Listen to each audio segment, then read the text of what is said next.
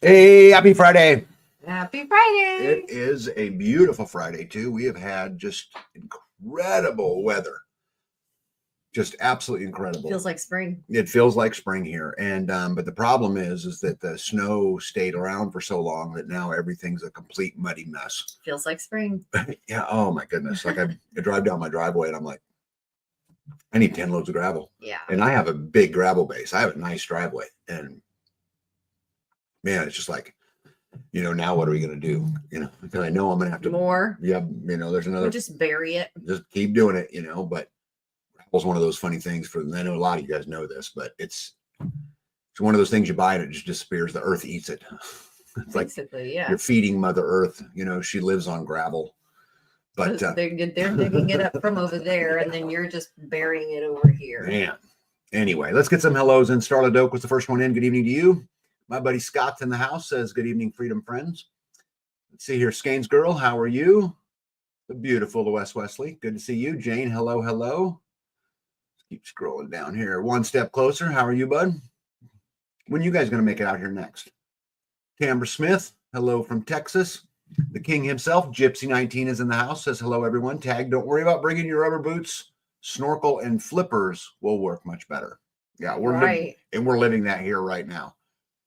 It's funny. I got a big pile of gravel out there that I need to spread, but I need it to dry up. I don't want to dump it in the mud.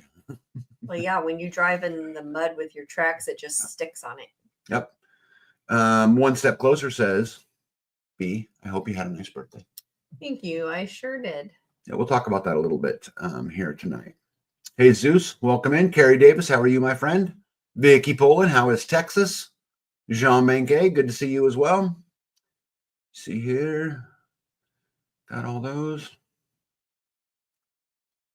Where are we at? Nitos, what's up, buddy? Matt, good to see you. Terminator's in the house.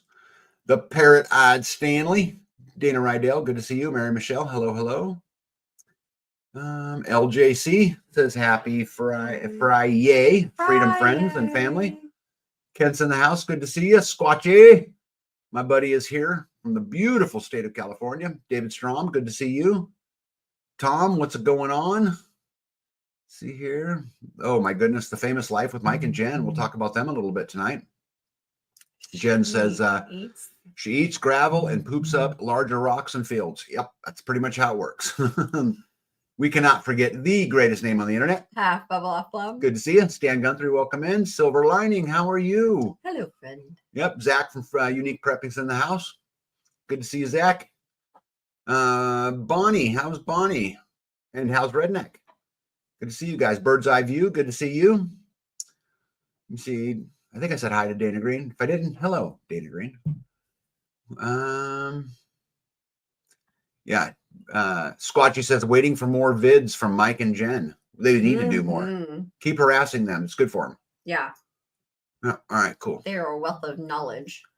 I think I'm caught up. If someone else pops in, which I'm sure many will, we will continue on saying our hellos. Yep, it's super important. None of this works without all of you guys. And, it's been fun to watch this community grow over the last, year and a half or 2 years or whatever it's been.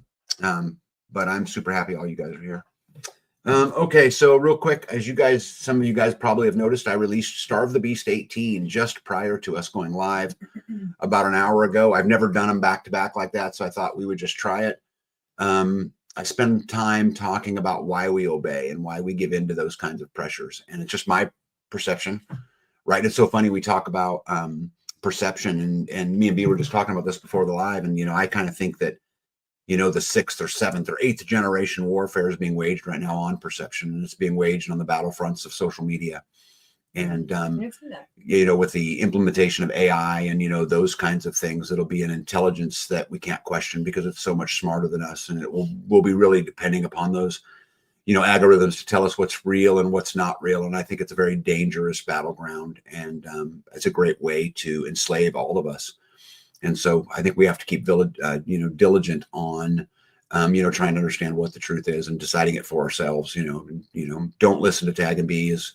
Don't listen to Fox. Don't listen. Do your own research. Come up with your own agenda and your own, your own things. But anyway, shouldn't miss nobody. Hey, American Roots Farms in the house. The famous Jess and Joe. I know what they're doing right now. I know exactly what they're doing. Yeah. Hello, friend. Yeah. Skanes Girl says, we are already at a point you can't know that what you see is real or not. No, you can't. And we're going to talk about that a lot, right? Zach says, I got another step near freedom this week. I got an arrow garden. Oh, cool. What is an arrow garden? Yeah. I'm gonna have to look that Oh up. my goodness. You know who's in the house? No live stream is complete Without a pack rat. without a pack rat. Yep. Mario, how are you doing? Yeah. Happy Friday. Yeah. Happy Friday. I think there's a happy Friday in your future, Mario. Mm-hmm. I really, really do. Nito says some of us use common sense and don't obey. Well, I think it's our duty not to obey. And guys, I'm not talking about any kind of trouble. I'm talking about questioning and challenging. And there's nothing wrong, with saying why. And, educating our kids in a way that they can have an articulate conversation with a teacher about a fact, about history, about whatever it is, And it's through that thought process of being a critical thinker, we end up winning. It's not through violence. It's not through any of those things, It's about us being sovereign Americans. That's what this country was built on. And we have a duty to everybody who came before us to be that same rebel that formed this country. Yeah. Never forget, our founding fathers were terrorists. They were. And, in the eyes of... in the definition of what they stood for? No, in the definition of England. Mm-hmm. Yep. Right? They were the rebels, right? Yep. And so I think we kind of have, a little bit of that duty. What do we got here? Hey, Prep Rebel Actual, how are you? Welcome in. And Sonia in Michigan, good to see you guys. Welcome in as well. Christine Beetle, good to see you. From Southwest Arkansas, she says, I enjoyed the Starve the Beast episode. Shalom and blessings. I'm glad you enjoy it. I'll tell you guys, I love doing the Starve the Beast videos. I could do them all the time. The only problem is they take a long time. Yeah. Because I research everything and I look it up and I try to understand the best I can. Because what's really cool about this is I am no expert. I'm learning just as you are learning. I'm just learning with you.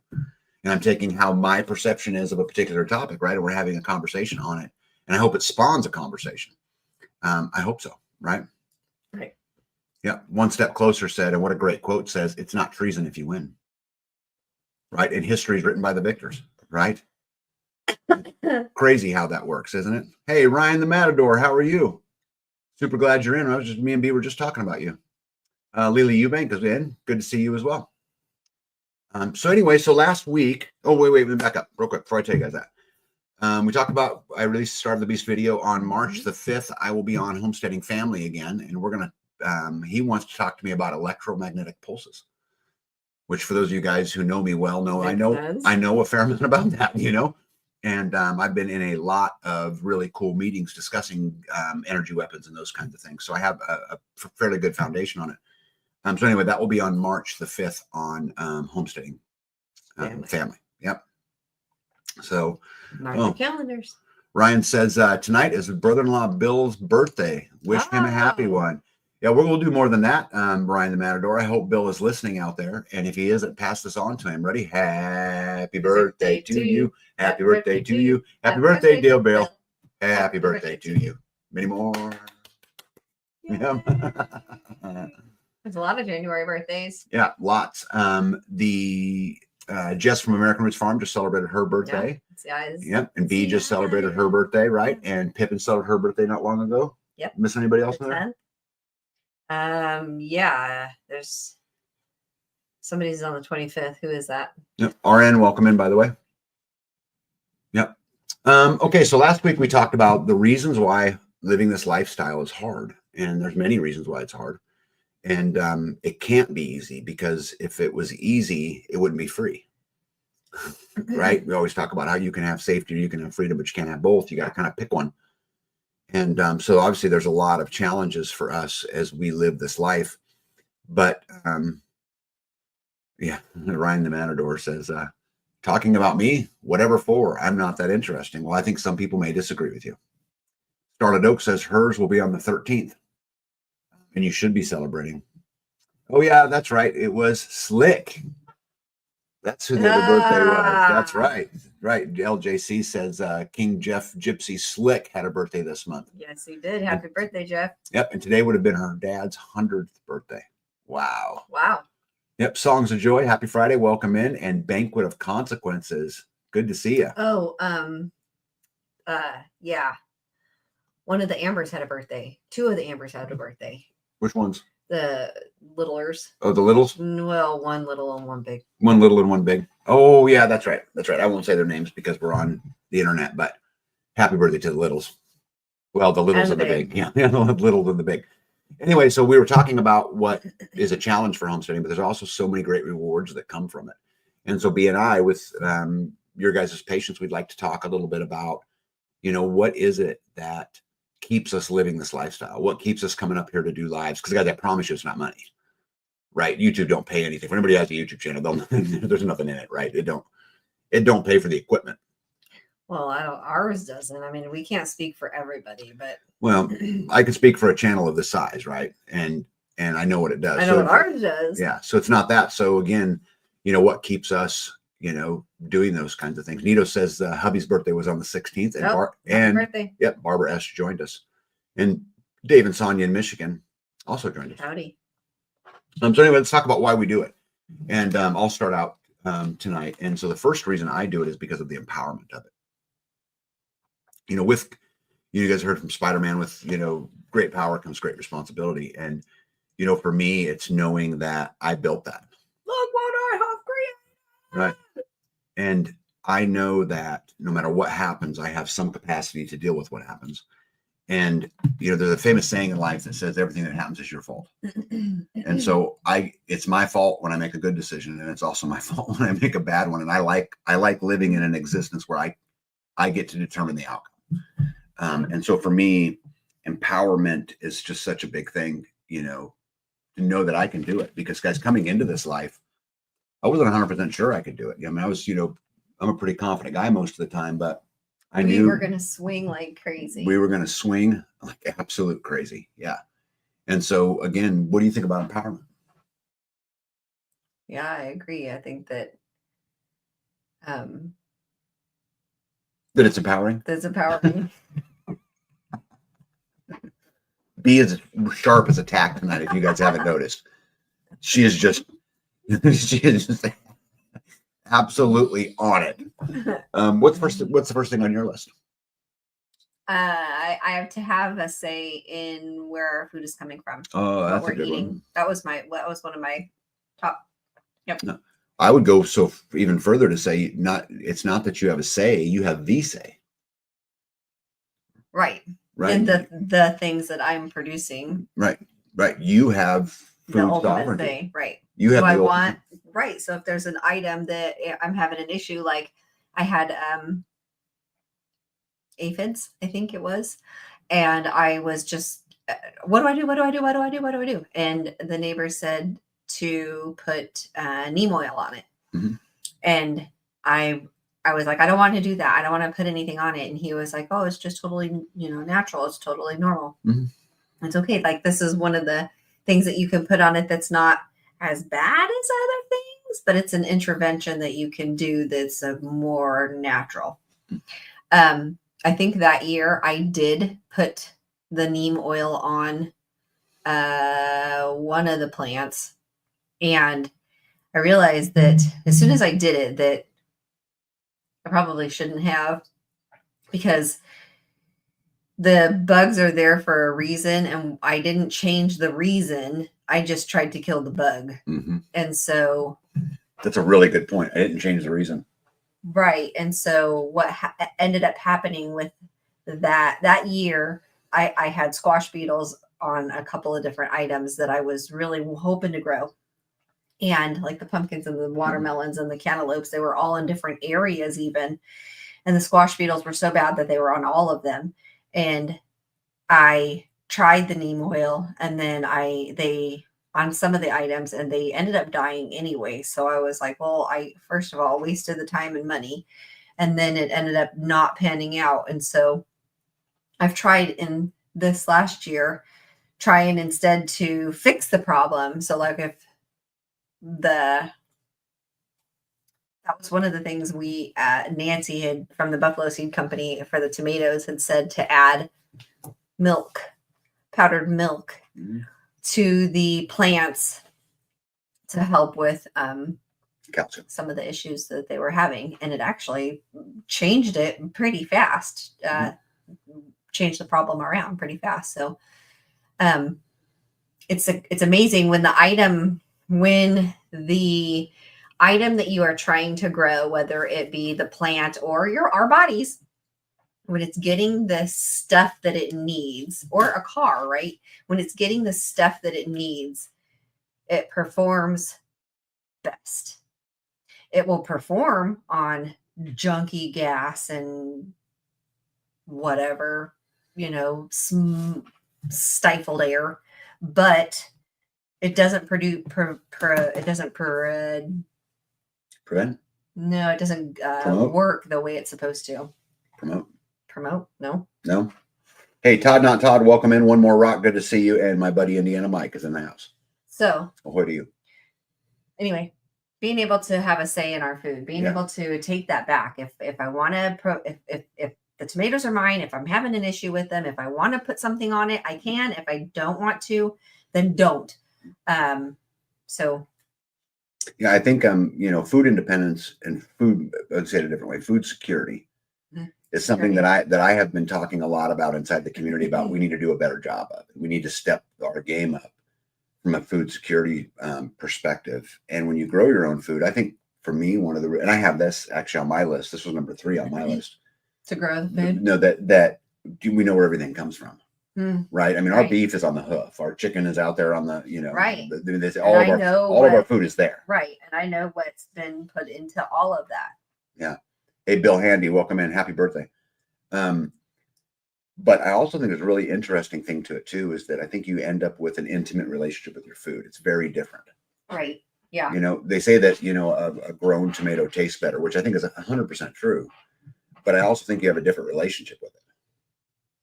Right? Because you've watched it grow and you've watched it do those things. So I think there's some empowerment to having a relationship to, know where your food comes from. And then we get the opportunity, B gets the opportunity to really control the input of the family, as we mentioned earlier. Right. Yeah. And if, and I've said this a million times, if we have a kid who's, we don't have any electricity in the house or whatever it is, it's 100% my fault. And it's just the way it is. But at the same time, if we're eating out of a box, it's B's fault. And, we kind of have those roles, but I love that there's an intimate relationship with it. People ask me all the time. It's a healthy relationship. It's a healthy relationship. Or how can you kill your animals? We talk about this all the time too. And, we have cows out there, for example. There's one in particular, his name's Freeman. And I love Freeman. Freeman, if I go out there in the pasture with Freeman, he will wrap his head around my leg, and he wants scratched and he wants love. And, his time's numbered. He's, 8 months away from giving his life for this family. And it might sound morbid, but kind of at the same time, that's the deal we make, right? Yeah. And I talk about this all the time about he agreed, the deal is. He agreed. Well, yeah, I want to be careful how I word that. He signed the contract. Yeah, right. He signed the, implied consent because he hasn't left my farm. No, as Starve the Beast says, but the deal is that he's going to give his life. And because I know he's going to give his life, I'm going to give him the best life I can give him for as long as I can give it to him. Yeah. And we're going to scratch him and love him and name him. Sorry, guys. We're going to scratch him and love him and name him. And we're going to do all of those things. And in the end, we're going to eat him. And again, it might sound a little bit demented, but I like having that relationship with him. Like, it don't bother me, right? Cowboy, we just butchered Cowboy not long ago, and we're eating Cowboy right now. And it don't bother me in the least. I'm super glad that, he could live his best life, and he lived a great life. Yes, he did. And he ate all his food and everybody else's. Yeah, he was fat and sassy, and, You might want to turn that off so it doesn't go back. I did turn it off. Oh. But, anyway, so I like that it's an intimate relationship. I like that we're close to our food. We're close to the source of our food. I like that your energy's in our food. I like all of those kind of things. And then also, with all the stuff going on in the world, we talk about, I had an interesting conversation with a buddy of mine today about AI and about its ability to, maybe take over the grid or shut down the supply or the distribution. There's also a level of safety and a feeling of security to know that we're going to grow a lot of it. And, if I happen to be stuck on the farm, let's say, full time, we're going to be okay. It's going to be hard, but we're going to be okay. And I totally probably missed a whole bunch of people in here because I was not paying attention. Maybe not.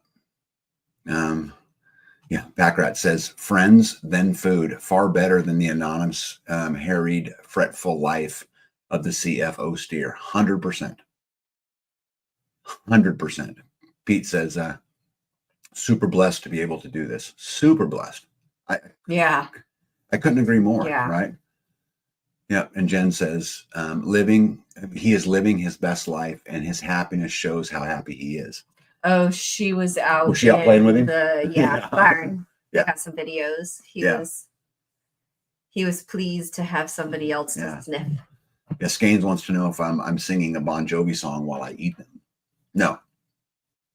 No, but there might be one that's appropriate that I can't think of off my head, but I'm proud to eat them, That sound twisted? I'm proud to eat them. Yeah. We raised them. We gave them love. I can see that. I can see that. That's, I was sad when I had to drive past the butcher when I knew Cowboy was still there, that they hadn't killed him. Yeah. You can say it, baby. Done that. And so I was like, well, how long is it going to take? How long does he have to stay back there? Mm-hmm. Like, I don't want him sitting back there for long. Come on. You want him to be dead quicker? I don't want him stressing about it. I don't want him being like, this isn't my home. What's going on? Right? Because here he knew everything. So we loaded him in a trailer and took him there. And he's like, what's going on? Where's my people? Where's my cows? Where's my dogs? So. Yeah. Scanes girl says, I'm a cowboy. On a steel fork I ride. Yeah. So I think it's honoring. And, I think it's amazing to be able to go through that process. And I couldn't be more excited about it. This year, I can't wait to take the next gigantic steps in food independence and food security. And we're going to make a swing at it. It's funny. I've been ordering fruit trees all year. As soon as the harvest season broke, places like Starks Brothers and a lot of these other places, when you order trees, they only send them when the time is right to send them. Oh, crap. And so one of the ways that I get through the cost of it is I buy 2 here, 3 here, whatever it is. And I just keep doing it. In the months through the winter, I was ordering, you didn't even know this, I was ordering more fruit trees. So as soon as the spring breaks, we're going to get a whole massive load and, bees. Who knows what? Whatever I picked. Right. Whatever was on sale at the time. And so we'll be able to continue our food force, which I'm super excited about this year. Yeah. Right. Because last year it exploded and I can't wait to see what happens this year. Now I have a map. Yeah, and a good map. So if you get something, I can just go to my map and go, I know where I'm going. Yep. And we planted so many things last year. So it'll be interesting to see how they come up. Squatchy said they just put 2 pear trees in the ground yesterday. Yeah. And Tamara, in reference to the beef, said last one I fed out kicked me and I told him that I was going to enjoy the hell out of eating him. Yeah, those kicks hurt. Yeah. Yep, Dave and Sonia from Michigan. There's a good YouTube channel in the house. I think I already said hello, but if I didn't, Dave and Sonia, welcome. David Strom says you're doing the best you can, and it's okay to take pride in that. Yeah, and I take great pride in it. I have no problem with it, and I don't have any problem eating my animals, and I don't have any problem killing them, and I don't, none of those things because again, I think it's just part of the cycle, right? And B is going to have 2 calves born this year in March. And hopefully, God willing. If it goes the way that it's supposed to go, and then we'll get to pick, between, which one we're gonna, keep and which one we're gonna, maybe both. I guess depends on whether they're girls or boys or however that works out. But it's exciting, and every year we get to get just a little bit better at it and a little bit more secure in it. I've people give me a hard time because. Why'd you build such a big house? Because my house is 5,000 square feet. Well, and I built it because I knew my kids would come home someday. And I wanted to make sure that them, their wife, and their 1.3 kids, had a place and a safe place to go. But part of that isn't just building out my house. Part of that is also building infrastructure that will support it, and to make sure that I have enough food on the hoof and enough, food on the claw, and enough, A way to take care of and a them. way to take care of them and all of that, that, my kids will always have a safe place to go. And for me, I think that's a big deal. Yeah. Hey, Love Runs Rampant, welcome in. Just like today with the barn, when we were out there, lady was eating slower than the other two. So I got her gate, put it on the front of the stall. So, and I don't even latch it. I just set it on there and just push it up to it. So when she's done, she pushes the gate open and she comes out.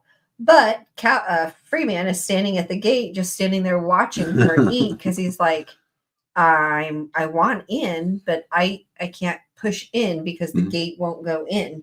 Yeah. So just having the infrastructure, having the ability to shut her up, allowed her just a little bit more time to finish her little bowl, her bucket of water, and her. It's been fun watching. She's talking about we have a cow named Moo, and Moo used to be a fast eater because she was in competition with all the other cows, and they're scarfing it down. And once we got stalls for them, even though I've given B a bunch of shit about cows don't need stalls, but it's interesting to see them slow down now. Yeah, it takes way longer for them to eat in the morning and at night now because there's no competition for them. They walk, they have their stall, they know which stall is theirs, they walk into it, B feeds them, and they just take their time eating. Pack Rat says other people might try to twist this close relationship because most 21st century society has a disconnection. That's right. Disconnected from their food source. That's the thing. People are so upset when it comes to the fact that you have to take a life in order to eat it. Yeah.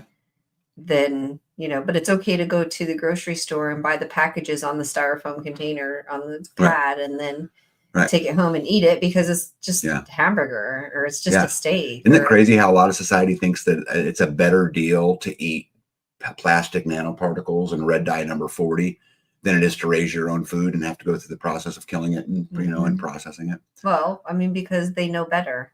Yeah. If it was better for everybody to do it themselves, everybody would do it themselves, but it's not better for everybody. Better is not the right word. Easier. It's better for it is because easier. It is better for them to do it themselves. No, it is. Yeah. I was being sarcastic. They're the. Yeah, Love Runs Rampant says, I'm experimenting with nitrogen fixtures, planted a whole bunch of black locust and redbud seeds. We will see how many of them come up, and then I'll pot and transplant. Yeah, and then Tambra comes in and says, I wouldn't plant any black locust trees. I would. If I could get black locust to grow all the way around the perimeter of my farm, I'd do it in a second. And then mix in some other thorned bush and mix in something else to where maybe hedge trees create hedgerows to where you're not walking through it. Love every bit of that. Absolutely do it in a second. I'm way behind.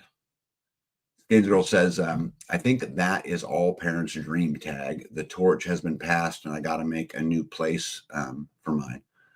Yeah, I take great pride in it. I had a great conversation with one of my sons tonight about it. And, I know that they take great pride and maybe the word isn't pride. Maybe it's that they take pause and that they know they're safe here.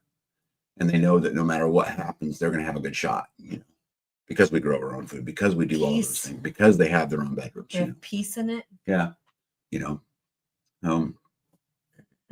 Matt says the tree line along his driveway is locust and hedge. Do they have a guilty conscience? Who? I might have mixed another or missed another comment, David, but Bill says we have plenty of black locust trees and yes, big thorns. Yeah, but I like that. Carrie says being grateful for every bit of food we have. People don't have a clue. Yeah, they have brutal thorns, says Ryan. They do. Mm-hmm. Why won't black locusts grow their tag at Lifetime Free? They, I have tried to grow them several times and I've gotten them up. Now, honey locusts will go great here, which also have big thorns, and they'll grow everywhere here. But a black locust, I just have not had good luck getting them transplanted. We can grow them about a foot tall, put them in the ground. First set I mowed over. Yeah, some of them were. Yeah. Either lack of watering and mowing over them. Yeah. So David says, do they have a guilty conscience? And free, what he's referring to is those that shop for meat at the grocery store. Yeah, I don't know, but I think it's crazy how if they would have a guilty conscience about killing the animal, even though the animal's been killed and they're eating it anyway, but have no guilty conscience about feeding their kids red dye number 40. Yeah, I don't think they and have pesticides and herbicides, you know. Yeah. Anyway, I didn't mean to derail all of that. So you went, and then I agreed with you. So we're back to you. What's number 2 on your list? Leaving a legacy for generations to come after us. What's that mean? Letting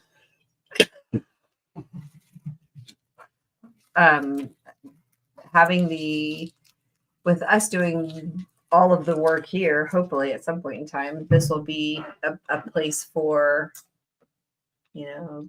great grandpa's place, and having the farm here and the entertainment here and the food and the I guess community building, lack of a better word for that. But that helps for future generations to be able to use all of that as well. But also with the community or, group of us, it helps future generations to have that security, the trust, the companionship, the teachers. I pray that one of my kids decide to take over this life, and they're all like-minded, but I hope they do, because someday they'll end up with a farm that's totally paid for, all the infrastructure's in, kind of turnkey. And so for me, when you talk about leaving that legacy, it's that step ahead, or maybe it's a grandchild, right, and being able to give that great gift, long after we're gone. Right. I think it's also about when you live free and you challenge those boundaries, which none of it's easy, right? And you learn a lot as you go. I mean, one of my greatest prides in living this life is watching others go through the steps I've already gone through, and the struggle, the struggle and the you victory. had with it. Yes. So now you can see them through it. So it's not just the struggles, it's also the victories, and they kind of lay hand in hand. I can talk of many homesteaders who struggle with running water and the victory on their face when they get it, or struggle with pooping in a bucket or whatever it is, whatever part of that journey that they're on, and then they get the system in, and that level of victory I get to kind of relive through them. And so to me, that's a little bit of that legacy too, like they're creating the legacy for me in a lot of ways, which are like, hey, MJ from Wisconsin, good to see you. Well, for all of us, that it's bigger than just us. So the legacy is for all future, for not just the people who are around us that have kids, but also their kids, so if we teach them, teach men to fish, right? So we teach them, they teach them, they teach them, down the road it goes. So, it's a pebble in a pond. Right. And we get to throw the pebble, and hopefully we get nice big ripples that last. Yeah. I love it when I get emails all the time from people who, say, hey, Tag, thanks for inspiring us. This is what we're doing. This is where we're at. Here's our pictures of our farm. And I totally celebrate with them, because it's just such huge victories. Did you hear the roast story? The lady with the roast, she was cutting her roast. She was making a roast for her family, and she gets her roast and she cuts both ends off, and then she puts it in the pan, and she puts the lid on it, and she cooks it. And the daughter said, "Why do you do that?" And she was like, "What do you mean?" And she's like, "Why do you cut the ends off of it?" And she was like, "Well, that's just what we do." And she's like, "But why?" And she's like, "I don't know. We just always do. My mom did it. We just cut the ends off. You put it in the pan. You put a little water in it, and you cook it." And then she was like, "I don't know. Ask your grandma. That's how we always did it." And so she was like, "Oh, well, that's what." And then she asked her grandma, and she said, "Well, that's what my mom always did." And so, like, thinking like maybe the ends are bad, you don't want to eat the butts of it, right? So then she found out after calling, she was like, well, the reason that she ended up doing it in the first place was because her pan wasn't big enough. And so she was cut it down to fit in the pan. And so that's just for generations to come. They've always just been lopping off the parts of the meat. That's a great story. Put it in the pan. And then that is a great story. I love that. It's the status quo. It's what we talked about. I talked about in the Starve the Beast video, Yeah. And we do many things. We don't even know why we do them because the pan was too small. So the way we do it. Yeah. Yeah. I look forward to leaving a legacy far beyond me, not just with my kids, but with community. And I hope we can create an existence here in our community that outlasts all of us. That 100 years from now, there's people living in this part of the country, living free, living off grid, trying to get a little bit better. And then they'll be talking about the old guys that came long and gals, right? That came long before them that taught them or whatever it is would be just, absolutely, absolutely fabulous, in my opinion. I think the next thing out on my list was what I call preferred stress, because this life is stressful. You get up every day and you're like, first, what problems do I have to deal with? Because those come first, right? And then how do I get us a little further that day? But there's good stress and there's bad stress. And, there's many people, and I bet many of you in the audience tonight are working, a 9-to-5 job, and you're working really, really hard, and you're making somebody else a bunch of money, and you're caught up in the rat race, right? And you got to have the debt, because if you don't have the debt, you can't have a house. And, you're just going to the circle, and you're trapped inside this machine. And, it's hard stress. I don't know how many of you out there feel like, you get up, you wake up, you take a shower, you go to work. To pay for a house you don't spend any time in. Right? And you work. Your heater's on auto. Remember, I used to have a house like that. It would turn on and turn off all by itself. The heater, the lights, Yep. Well, I feel for you guys who are living that life, but I'm telling you, there's light at the end of the tunnel, and sometimes it's a means to an end, to get there. But yes, that to me is negative stress. That's stress that's hard on you. When you're stressed because you've got bugs on your tomato plants, they're your tomato plants, right? And you're going to reap the rewards of it being your fault. If and it's not necessarily a mean thing, but if bees' tomato plants get infested with bugs, it's her fault. It's based on some decision we didn't feed it. It doesn't necessarily make it bad. So when I say fault, I'm not talking about you're to blame. I'm talking about taking accountability for everything that happens in your life as a direct result of your choices and your decisions. I'm the one in charge of the garden. That's right. And so the lesson from last year was, did we not have the soil right or whatever? Right. And so it's your fault. But then the flip side of that's true too. If we get a gigantic bounty like we did last year of tomatoes, it's bees' fault. Yeah. It's bees' fault we got that gigantic bounty and that we were able to share with so many people. Hey, Nurse Wang, welcome in.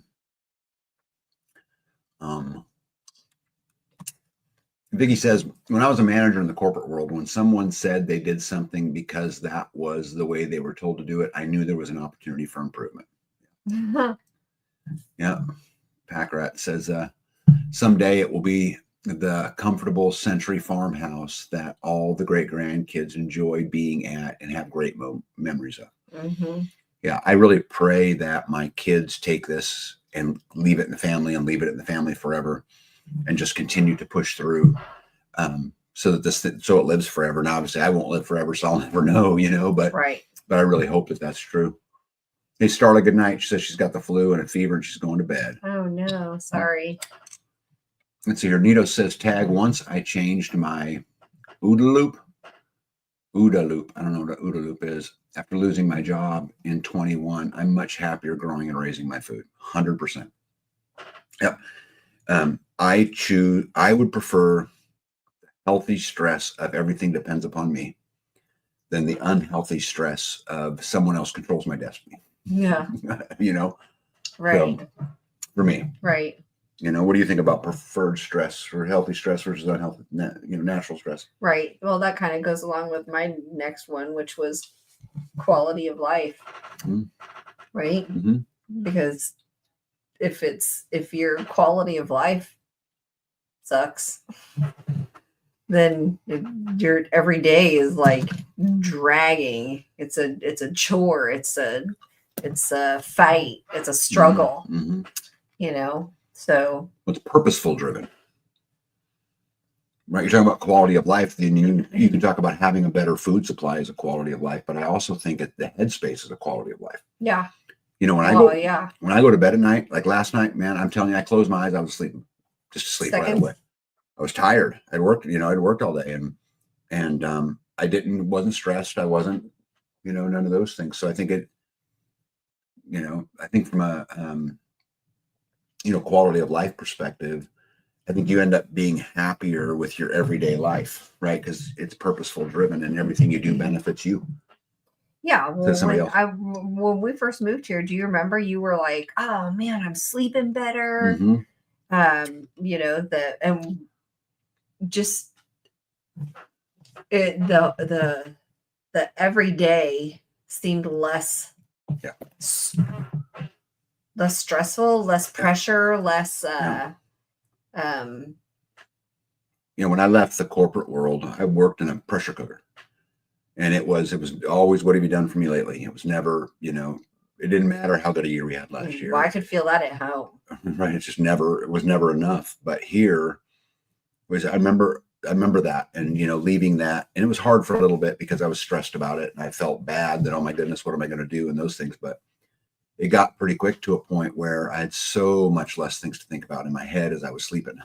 Like normally for me, it would be, all right, I got a meeting at 8. This is the topic of the meeting. This is what I'm trying to get accomplished at the meeting. When I get done with that, I got to go to, I got to have a counseling session with Jimmy, and this is what I'm going to try to accomplish. This is how I'm going to try to help him grow, and whatever, it was just this constant. You don't do that now with this community member and this community member and this and this person and that person and this job. I do, but it's just different, babe, because before you're doing it for, 6,000 shareholders, and you're answering to, a CEO, and you're doing all of these things. And when I get to sit down and talk to another homestead who's maybe on the cliff, I get to watch that positive growth. It's not really stressful to me. I don't know if I want to say maybe I'm not as emotionally attached, but I'm super emotionally attached. Yeah, that's not it. Maybe it's because when you're in the corporate, there's a winner and a loser because they're fighting with each other. That's a good point. Fight is amongst you. Yeah. And when you are in, when it's just a bunch of group of friends, each of you want the others to succeed. And so there's nobody like, why are you helping them with their frozen water when I have a, paint that needs to be put on? Yeah. Jess from American Roots was talking about that tonight. What?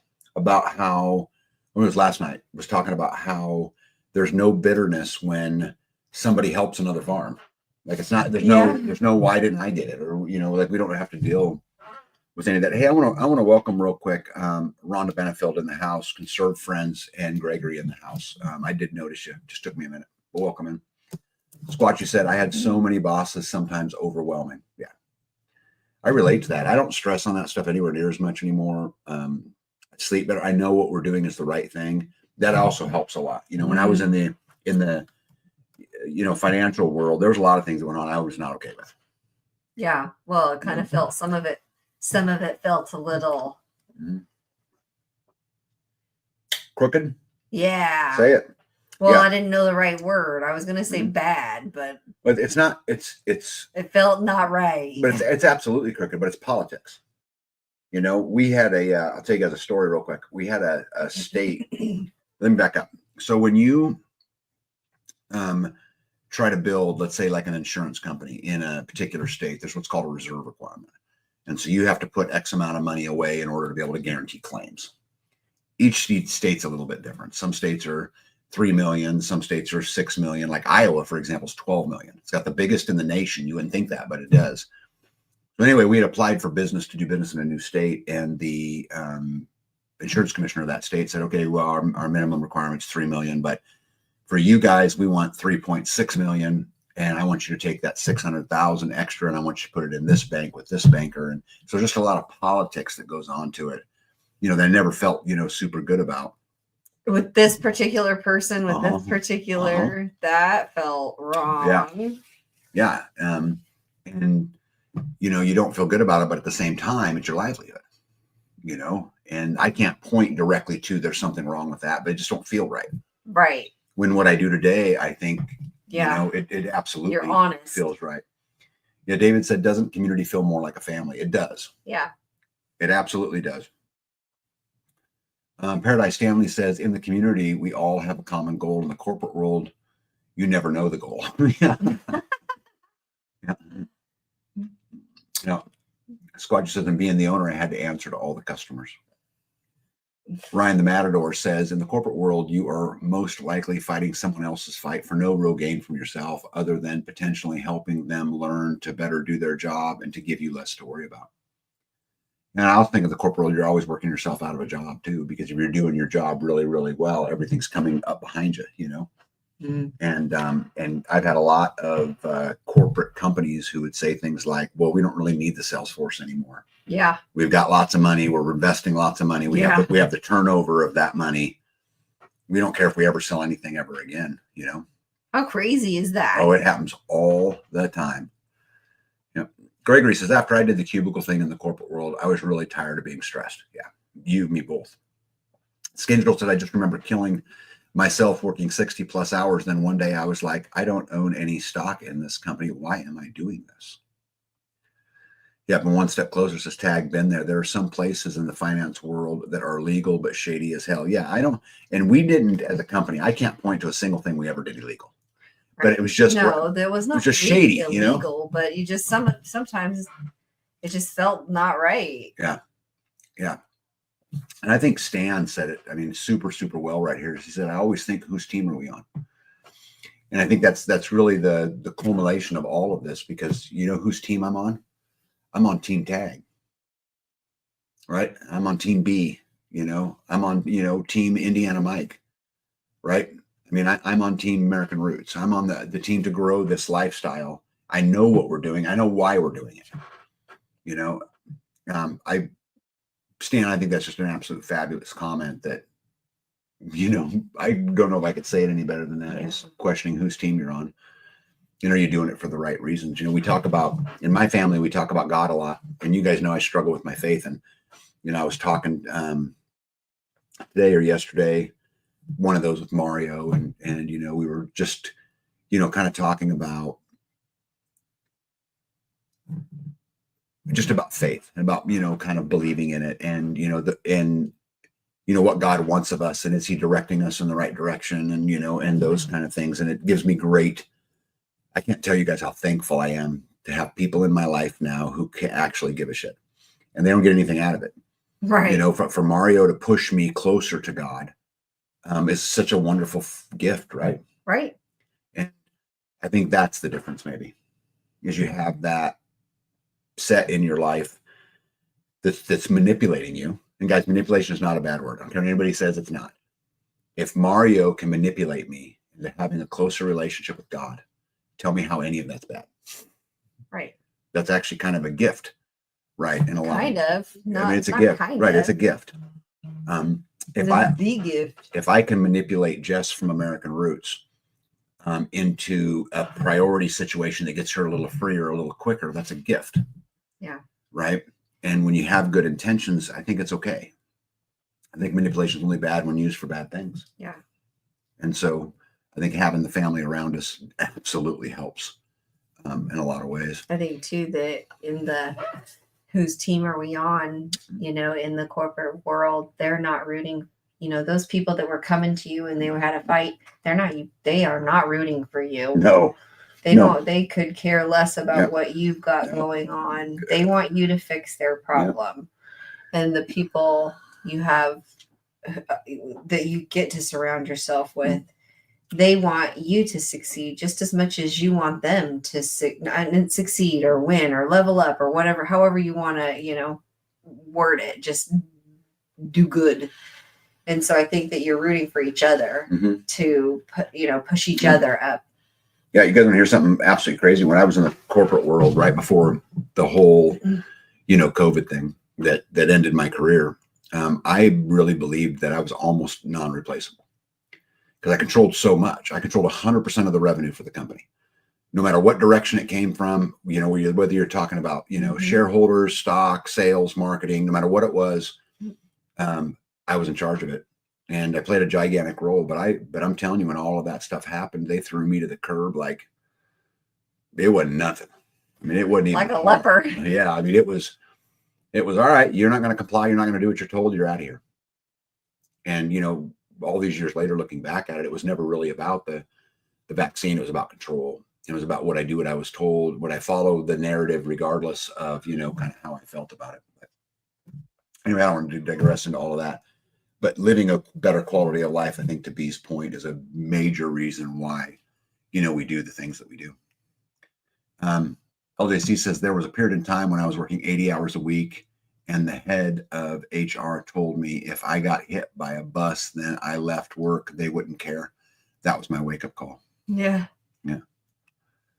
I know what team they're on, and it's not ours. All these mega corporations own each other, Vanguard, BlackRock, and State Street. They do. They absolutely do. Yeah. Oh, look at that. The instigator himself has joined us. You had the responsibility, but not actually the authority. Yes. That great way to know. You're right. He's 100% right. Yeah. I mean, I made that company so much money. When I started working at that company, they weren't even a company. I mean, I went to the very first founders meeting as we incorporated and all that, and we set out. You hired the people. I hired everybody.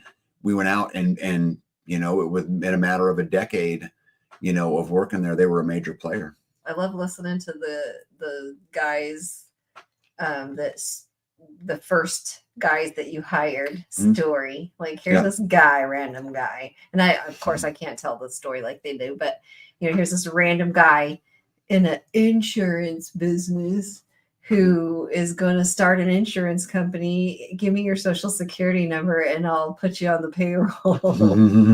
And just hearing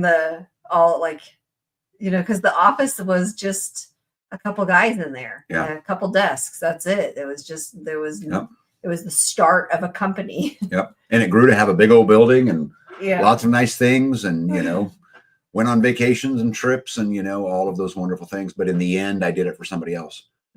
And, somebody else reaped the rewards of all that time. And I, betrayed my family for many years because I was gone all the time.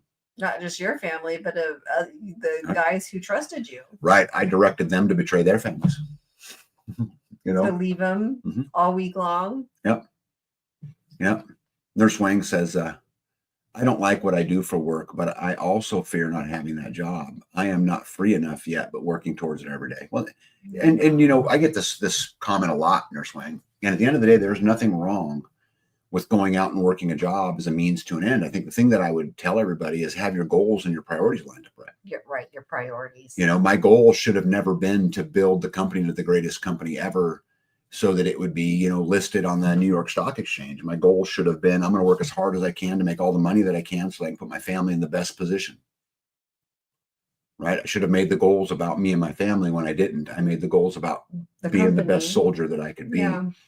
And it hurt me, in the end. And, it's funny. The CEO still contacts me from time to time and asks me this, sent me a message a week ago. They were in a meeting and CAG came up and they were talking about just the sales stories, and I could give you guys a million of them, but he sent me a message that said the legend of TAG continues. It was pretty cool to see that, but there's definitely no love there. Thanks for the story. Yeah. Right. Yeah, absolutely. LJC says all are replaceable to their employees, but not to their families. 100%.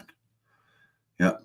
Instigator says I started my corporate career on an internal help desk for an insurance company, Sedgwick James, and then Marsh McLennan. I didn't know that. Nope. Yep. Tamara Smith said I worked to pay off everything. Yeah, I wish my priorities would have been better square, because there was a time where I was more interested in the BMW and the driving the Hummer and going on vacations than I was, debt and those kind of things. Yeah. If I'd applied all my money towards those things, I'd have been freer a lot sooner. Yeah. But my priorities were all wrong. And it's crazy. We're kind of conditioned to do that, right? Right. We're conditioned that we need the new house, and we're conditioned that we need the new car. Instead of just focus on the house you got and pay it off. Right. Okay, let's move on. So the fourth item on my list was I love living this life because I create my own jurisdiction. Right. I don't have to ask the energy company for anything. I don't have to ask the water company for anything. I don't have to and I'm not 100% free, guys, because I'm going to tell you something. There's still taxes. There's still other things there's still battles out there to fight. But I am more and more free because I hold jurisdiction over my property. And I think that's absolutely amazing. That is awesome. Yeah. You know, I didn't think about that one. Yeah, I can't tell you how many times we've lost power in the area and I don't lose power, right? Or I don't have to worry about boil alerts for water because we do it all for ourselves. Yeah. Right. I don't have to worry about blackouts. Or, there's a lot of times in a lot of states now where they turn the power off at specific times because the grid just can't handle it. And, yes. and so for us, we just provide for ourselves. And instead of serving the electric company and the water company and the sewer company, instead of serving them, I'm serving my family, because they're dependent on me to make sure that, when they flip the switch, that the light switch actually comes on. Right. Yeah. And so for me, I think jurisdiction is a huge motivator to me. How many times you guys heard me on the channel talk about remove the stroke? Right. How many times have you heard me say, how many, fronts does a general want to fight a war on? Right. These are things I say all the time. One, why? Because it splits your supply line. And so I'm in a great position to where my supply lines are the fronts that I have to go fight on are very few now. And I think the fewer and fewer I get to, the freer and freer I become. Yeah. Right. And I hope, very, very soon to be at a place where the only front I'm fighting on is taxes. That's the one I'm still subject to because they're not going to get rid of that. I don't know how to get around that, but I love being in the position that I can go fight because I don't have to fight all of them. Right. Because I've dealt with, most of them. Hey, Lazy Loper, how are you? Says they turn our power off whenever the wind blows. Yep. Hey, last warning. Long time no see. How are you? Good to see you. I hope I didn't miss anybody. If I missed anybody, hello to you. But sometimes they go by a little fast. Mm-hmm. And I get to keep up on them a lot. So what do you got on your list for the next one? Mine was to learn.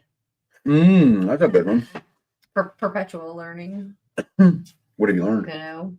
Well, just like what a guinea looks like. You've never seen a guinea up close. It's like an insane clown posse character. Mm-hmm. I don't know. Just learn, how to take care of an animal. It's not, I get the animal and then I have to find somebody that can help me. Although I had a Lou before I got the cow, so. Mm-hmm. But now you have the Lou crew. I have Lou. Yeah. Yeah. And I was talking to Joe. She's very handy. I was talking to Joe from American Roots the other day, and he was talking about how 2 years ago, if you'd have told him that he'd be installing solar systems, not just at his place, other people's places. That he'd be kind of a whiz at that now. Yeah. He's kind of the the go-to guy. Yeah. Yeah, and this is true for Indiana Mike too. Yeah. They come in and here's the good news. They're all smart. They come in and conquer it. But they just conquer it. Yeah. And so, now you get this incredible force multiplier of having all these, grand American skills. But, I love what Joe said. 2 years he wouldn't have believed it. And now here we are. And, killing it. Yeah, just absolutely killing it. Jen from Life with Mike and Jen had said that when she was watching some of the videos, that it was neat to see Joe. We were installing a solar system in another person's farm. He just jumped right in, didn't have any questions. He was leading the charge of that. And so I think knowledge is such a big thing. I know so much more about all of it than I ever did, but I bet you there's more to learn than I have learned so far. Right. Well, just like when the plumber came and looked at your plumbing and he was like, man, I really thought he was going to say something else, but he just stood, he looked at it for 15 minutes, just like, and I was like, what? Say something. And he goes, I wouldn't have done it that way, but I don't see why it wouldn't work. And Tag's like, it does work. It already works. Yeah, I already have it in. It's working fine. It's working fine. Yeah. Hey, I want to welcome in and say hello to Dr. Ashley Allison. Welcome in. Also, welcome in. Psalms 125 says, just joined in and pray for the families and people that died in the Learjet plane crash that hit the buildings in Philadelphia. Yeah, we were watching that break right before we came up here tonight, trying to pay attention to what happens. Man, it looked like that thing was hauling butt. You know, the videos that I seen almost looks like, and some of them looks like it might have been on fire before it even hit the ground. But yeah, super sad and sorry for the people from the plane crash in Washington, which we'll talk about later too. Feel super sorry for them, and you know, life's so precious. But I think this is even more reason why we got to go out and live our best life today. You know, we got to quit buying into the excuses of I can't, or whatever it is. Guys, I'm gonna tell you something. Anybody that tells me they can't, I don't buy it. Find a different way. Yeah, I have witnessed. And you guys know I come from a corporate job, and so I hear a lot things like, "Yeah, but Tag, it was easy for you, right? Because you had money, or you had B. Yeah, you had B, whatever it was." But guys, I'm gonna tell you something. I have watched middle class people who 100% used to the city make a conscious decision they're going to go get free and go get it. Yeah. And build their own house and install their own solar and install their own water. I witness it, and I bear witness to it every single day that these people are doing it. They're very special. They're a unique type of human being, right? But I'm going to tell you something. None of them are wealthy, right? They put their priorities in the right place. Right. That's all it is. And so I promise you, anybody that's listening tonight, you can absolutely do it. I promise you. You can absolutely do it if you just put, your priorities in the right place.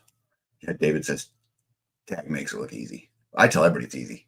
I make this look right? Good. We joke, it's a big joke that goes around our community. And it gets quoted. Easy. Yeah, Tag says it's easy. Well, it is. It's you can do it. It's no different than B's always on vacation. It's the same exact thing. Once you learn how it works, it's not complicated. There's no part of the process that's complicated once you understand it. Right. I'd like to frame in my garage. Oh, you can do it. It's easy. Yeah. Yeah. Nito said, yeah, it looked like it exploded before dropping out of the sky. It looked to me like it was on fire when it hit the ground. But again, I had just a couple minutes prior to coming up here tonight to talk to you fine folks, to see it. But B, I love that one. I love knowledge and I love building it. I've told the story before on my live, but when I was trying to install my water system and trying to think about how do I get the well and the rainwater to work simultaneously at different locations, I was very intimidated by it because I didn't know. But actually going through it, and guys, it ain't pretty. I'm gonna tell you, a pro plumber would come in and go, "Why aren't those lines level or whatever?" And I have some buddies who are pro plumbers, and they give me such grace. Good job, Tag. When it looks like a rookie build. Yeah, good job. But it works fine, right? I've had no problems with it. Been here for years. Blah blah blah. But anyway. I love being able to gain that knowledge every single day. And I think the other advantage to community and knowledge is we get to, as Joe says, we get to build other people's capabilities and they get to build our capabilities. How much have you learned from Lou?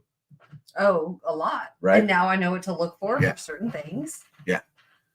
Yeah. We're building a house. Mm-hmm. How much did I learn in building the house? Mm-hmm. A lot. A lot. Yeah. Yeah. And so I think that's, a big deal. Yeah. Being able to work on those capabilities. And I love that we're at a part in our community now where if you need something, there's somebody to call. There's really not any occupation living this life that there isn't someone to call. Now, they might not mean that they're the world, the top, known expert in that field, but they got a grip. And, you have a lot of people that you can call, which I think is really, really neat. They've done it before. Yeah. That's the thing. If it's hard to take advice on a person on how to build a fence when they have never built a fence. Yeah. Yeah. That's actually a good lesson. My dad used to always say, don't take advice on how to build a fence from a guy at Home Depot, because if he knew how to build a fence, he wouldn't be working at Home Depot. Right. But Gregory says it's not so much about making a living, but a way of life. I love that. Nurse Wang says, what resources do you recommend for learning to install a solar backup system? I'm going to tell you, Nurse Wang, I don't know.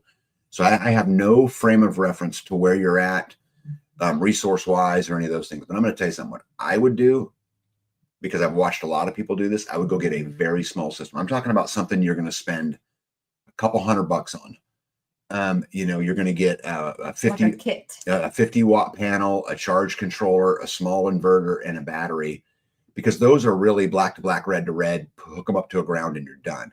but learn with it, play with it a little bit, because it will open up. There really isn't a big difference. You know, like we just installed a couple grid down systems. It's really ends up the same thing. Now you're linking inverters and stuff together, but if you can learn on that early stuff, right? Okay, you got DC power coming in. There's a black and a red wire, and they're going to run to a charge controller that says PV input, positive and negative. Plug them in, screw it down, right?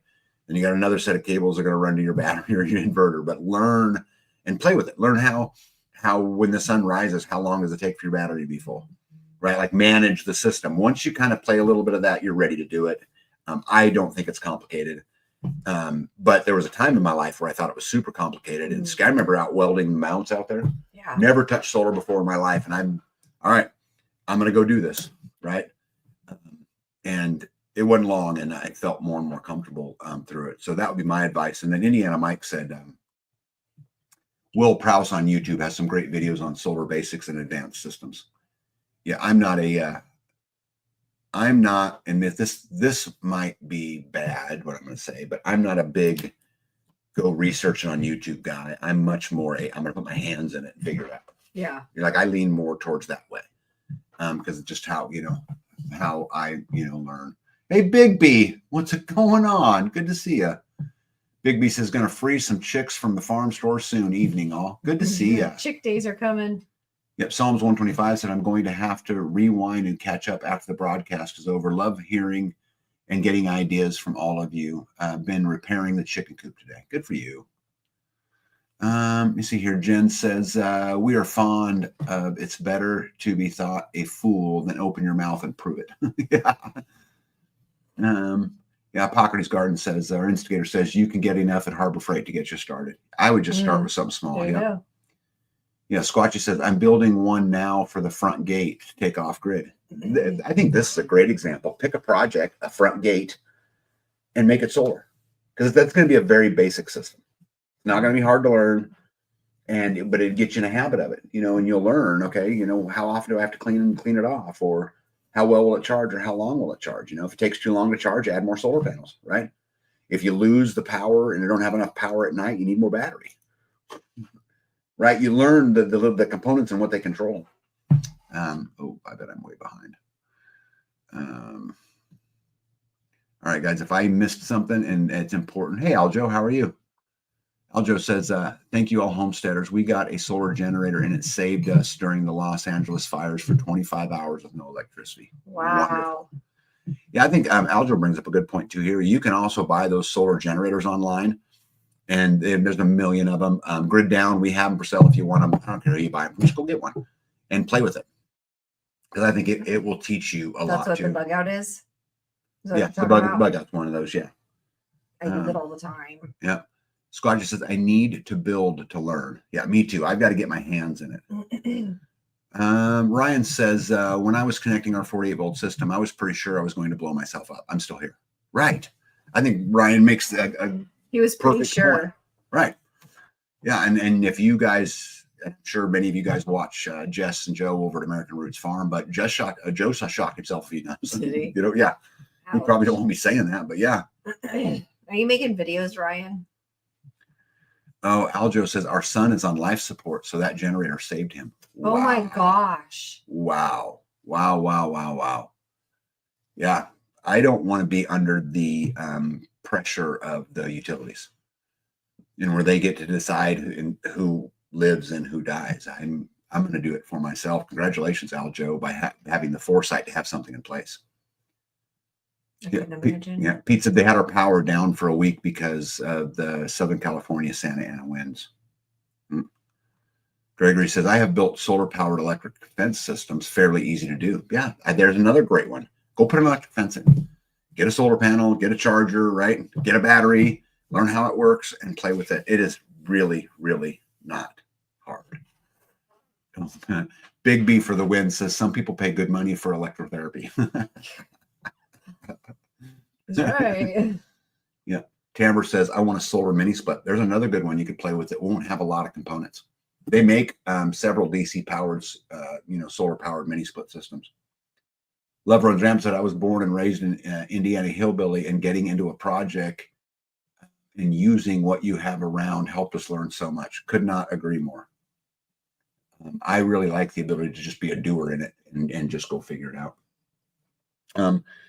The last thing that I had on my list in reference to why we do this is because it's fun.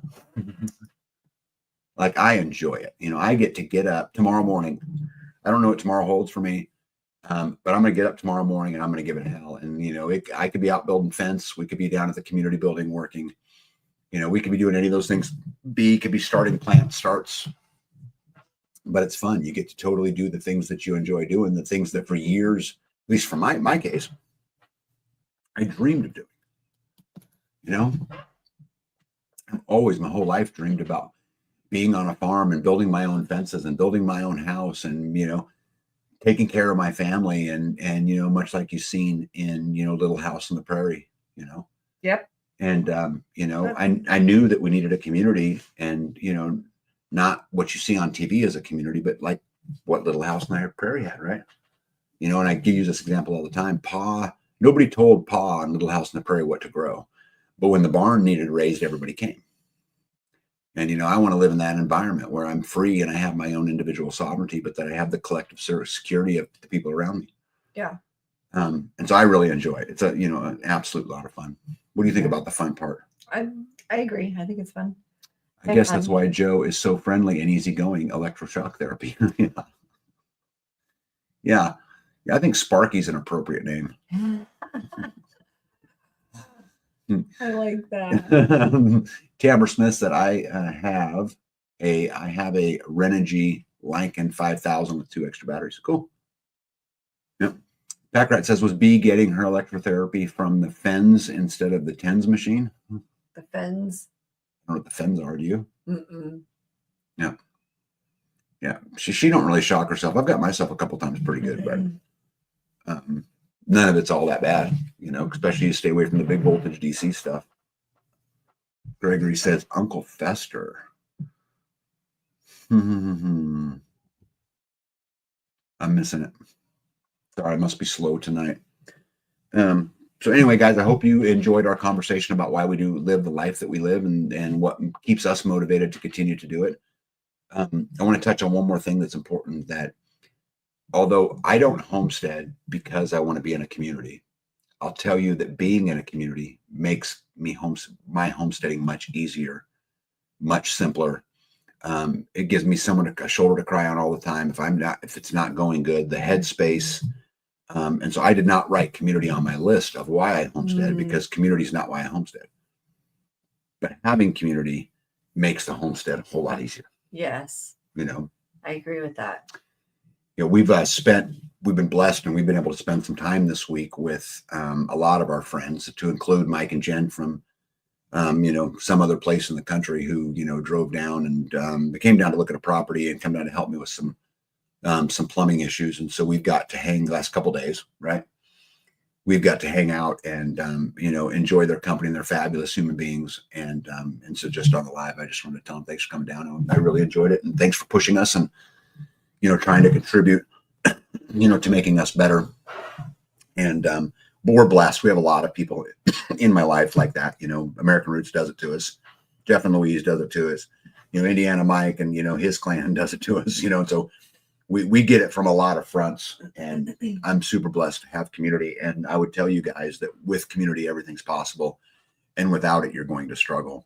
So any of you guys out there homesteading, you need to go build community. I'm telling you, what it does for you is it's like night vision goggles to a soldier. It's an absolute force multiplier. It is. It levels you up. That's a great way to say that. Yep. It levels all of you up. Yeah. Yeah. We level up together. Well, yeah, because you're the community. So. Yeah. I love watching people level up, and, you know, something so simple as you go from an outdoor toilet to an indoor toilet, you know, or, you know, you go from oil lamps, you know, to a small light to a whole house full of lights. Yeah. Right. You go from going to the gym to showering in your own home. You know, you go from washing your clothes at the laundromat to washing the clothes in your own home. And, you know, every single one of those steps are these huge monumental moments. I'm going to tell you guys, I'm going to quote Jess from American Roots, who said, I'll never take a shower for granted again. Because you get in it now. I remember that day. Yeah. You remember the first hot shower? You agree, right? Oh, I agree 100%. I remember getting in the shower for the first time because we were showering outside and getting in the shower for the first time and being like, I've never felt anything like This this. feels amazing. Like this is a, you know, Yeah. just an amazing experience. And so I love being able to live through all of them and live through the community, and they just make me better in every measurable way. And then they kind of morally obligate me too, right? We get back to the manipulation word, and I don't want to let them down. Yeah. You know, I've Yeah. I've worked really hard to get me where I'm at, and to help others get where they're at, and so it gets this internal pressure of not wanting to let people down and help them get through those journeys and Yeah. celebrate those journeys, and each one matters.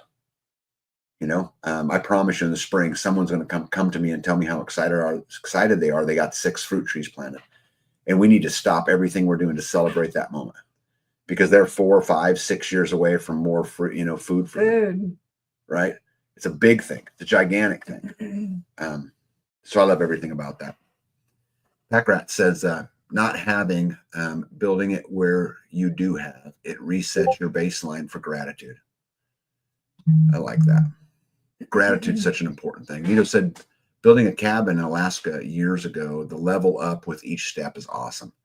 It is super awesome.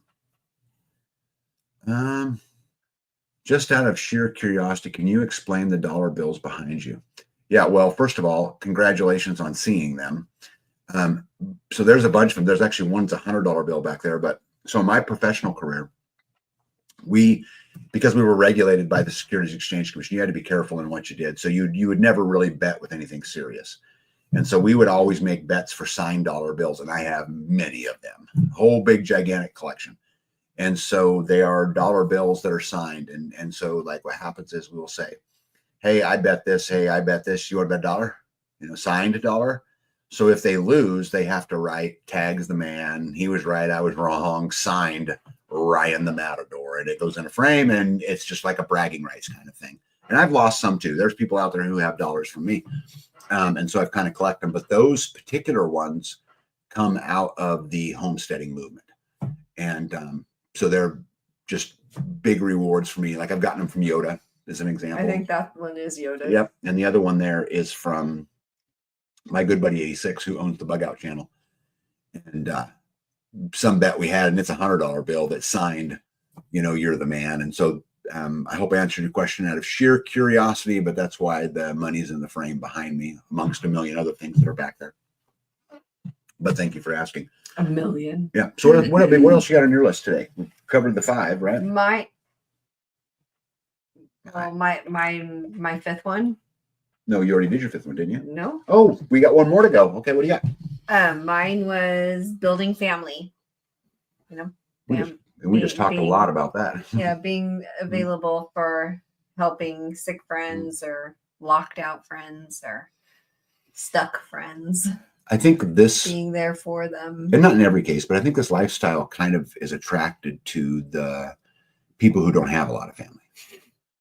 Right. Because I can tell you guys, in my particular case, I'm way closer to a lot of the people here in the community than I am my family in a lot of ways, because I'm in it every day, with them. And so we have kind of created a family. And I'm not suggesting a replacement family. No, right. Because I love my family. Right.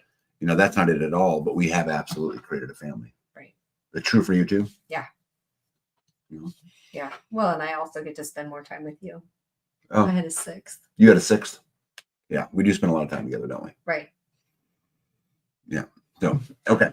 So what else do you have on your list besides our list of 5 or 6 or 7? She don't follow direction with the shit. I want 5. No, just had house guests. Mm-hmm. And working on pod 4. Mm-hmm.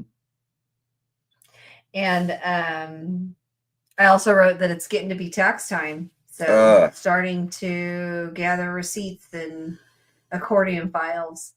Oh, I love this statement. Packrat says, being team tag and be first makes you stronger to be on the community teams. The lifeguard principle. Could not agree more. No, I am naturally attracted to couples who have great relationships. Just naturally, because I love that. A wife who honors her husband and a husband who worships his wife. really, you know, Yeah. that's a big deal to me. Anyway, back to taxes. Taxes are horrible. Taxation is theft. And we're about, But you better start paying. It's time for you guys to see if you still owe. yeah. So, and if you do, you better get them checks in. Ugh, They're ready. I hate tax season. It seems like we're always in tax season. Does it ever feel like that to you? Well, it's every year. So, you know, it's Yeah. like birthday, tax, Christmas. Yeah, it's a lot. David said, do you guys have to do quarterlies? Yes, I have to do quarterlies. And I fight it, but yes, we do. And I've already paid in a ton of money in taxes, and I'm still going to owe. So, because they just keep taking and taking and taking, right? And then depending on how the whole tariffs work out, might be another 25%. Who knows? We'll talk about that in a little bit too. Terminator says, my small solar unit has 450 watt worth of panels with my system. Guys, you can run a lot on that. You know, it's not going to run air conditioners and, you know, an iron, but it's absolutely going to get you some lights and a computer, right? Yeah. So anything else on your list, Pumpkin? Nope. All right, let's get on to what we've been doing on the farm, huh? Because it's already an hour and 20 minutes in, which means I'm not going to get all to my slides tonight because, you know, she's been lollygagging. Carrie says, I'm waiting on no income tax. Yeah, but here's the thing is that the income tax we're going to file this year is for last year. So even if he gets rid of income tax, which I don't think he will now, but it won't apply till this time next year. So I'm still going to have to go through it, right? Gregory says, did you get the wall rocks grouted? I did, and I'm going to show you a picture. Big B says, nothing a cinnamon roll can't cure. I would agree. And so we have somebody in our community we have several who make really great cinnamon rolls, but my personal favorite cinnamon roll is made by Jess from American Roots, and she has figured out how to put the right balance of walnuts and raisins and cinnamon. And so I would really encourage all of you guys to go over to American Roots Farm, go over to their YouTube channel and subscribe. Tell them that Tag sent you and that you are expecting her to start making cinnamon rolls more often. That would be a great gift for Tag. For Tag. That would be a great gift for me because she makes a mean cinnamon roll. Love Runs Rampant says, good. Sometimes your slides are not good. Ain't that the truth? Okay, so let's look at what's going on. So, guys, here's the community building. Sorry for the mess, but I've been in there working there. That's Tag for you. Yep, as you guys can see, I'm starting to get walls painted, and we're going to be closing in here really quick on flooring and some of those things. I've been incredibly blessed to have my buddy Mike down here for a few days and help me get the kind of the plumbing squared away. We're going to put all that system in here pretty quick as time goes. We've got some dates we're kind of up against, but I think it's looking better and better and better, right? There's, you know, you can't see the drywall anymore, you know? Yeah. I'll tell you a funny story though. Very pretty. Yeah. I don't like the paint on the wall, but I found a 5-gallon bucket of gray Oops paint at Home Depot for $35. So I'm thinking, hey, gray would be great. I put it in there, but to me, it looks violet. And so I'm not a big fan of it, but here's the good news. For $35, I get 5 gallons of base coat, right? And I'll paint everything. And then I'll go pick a different gray because I think that gray is a little bit too blue. But what do you guys think? You guys think that gray is too blue? I think on one wall, it does look lavender. Yep. And then on another wall, it looks Live with Mike and Jen baby blue. Posted American Roots Farm. And don't forget, go over there, subscribe, and tell her that she needs to get on making more cinnamon rolls for Tag. She'll really appreciate it. I promise you. She'll light up from ear to ear and she'll say, yippee, I get to make Tag more cinnamon rolls. Mm-hmm. You bet? Probably. That's what I think is going to happen. She'll kill me. Been working in the kitchen. I got the lights, some of the lights hung. I like those. Yep. And as you guys can see, the back wall, I haven't done a lot with it. Really, I'm waiting on the stove. So we bought a stove at an auction, shipped it off. I have an appliance guy that I know for him to completely rebuild it so that we can put it in. But I don't want to build any of that until I get the hood all built. The fans, the blower motors, and the insert for the hood for the stove showed up this week. So now I get to go down and build it all. But this is kind of the rest of it. Let's see here. Jen says, Jess is teaching me some wood cooking on B's beautiful stove. Yeah, you gotta love that, right? Gregory says they look light gray on your computer. Yeah, but I agree. But when you're standing in it, it almost looks violet. And I am not a violet color fan. So some people would like it. Not me. There's another picture of it, right? As we're getting the lights in, ceilings in. Again, I just got to get the hood built and above the sink built, and we ought to be trucking right along. This is behind the bar, and B wanted a cabinet in there. She wanted drawers in the top and then big openings in the bottom so that what she can do is put her big pots, because she's got huge, right, crocks and pots and big stuff. So we needed some cabinets. So I had to custom build all these cabinets. So I started off by just building the frames. At this point, I was just setting the drawer rollers. Then I built the drawers. Oh, yeah. Right. And she wanted individual slots, because what she's going to use these drawers for is all the utensils, right? Yeah. Mainly. And so I built them with all of those slots. You can see the drawer fronts aren't on them or anything, but just the drawers. And as someone asked if I got the grout done on the rocks, I did. It was still wet in this picture, but right now it looks great because it's all dry now, and I think it absolutely looks great. Let's see here.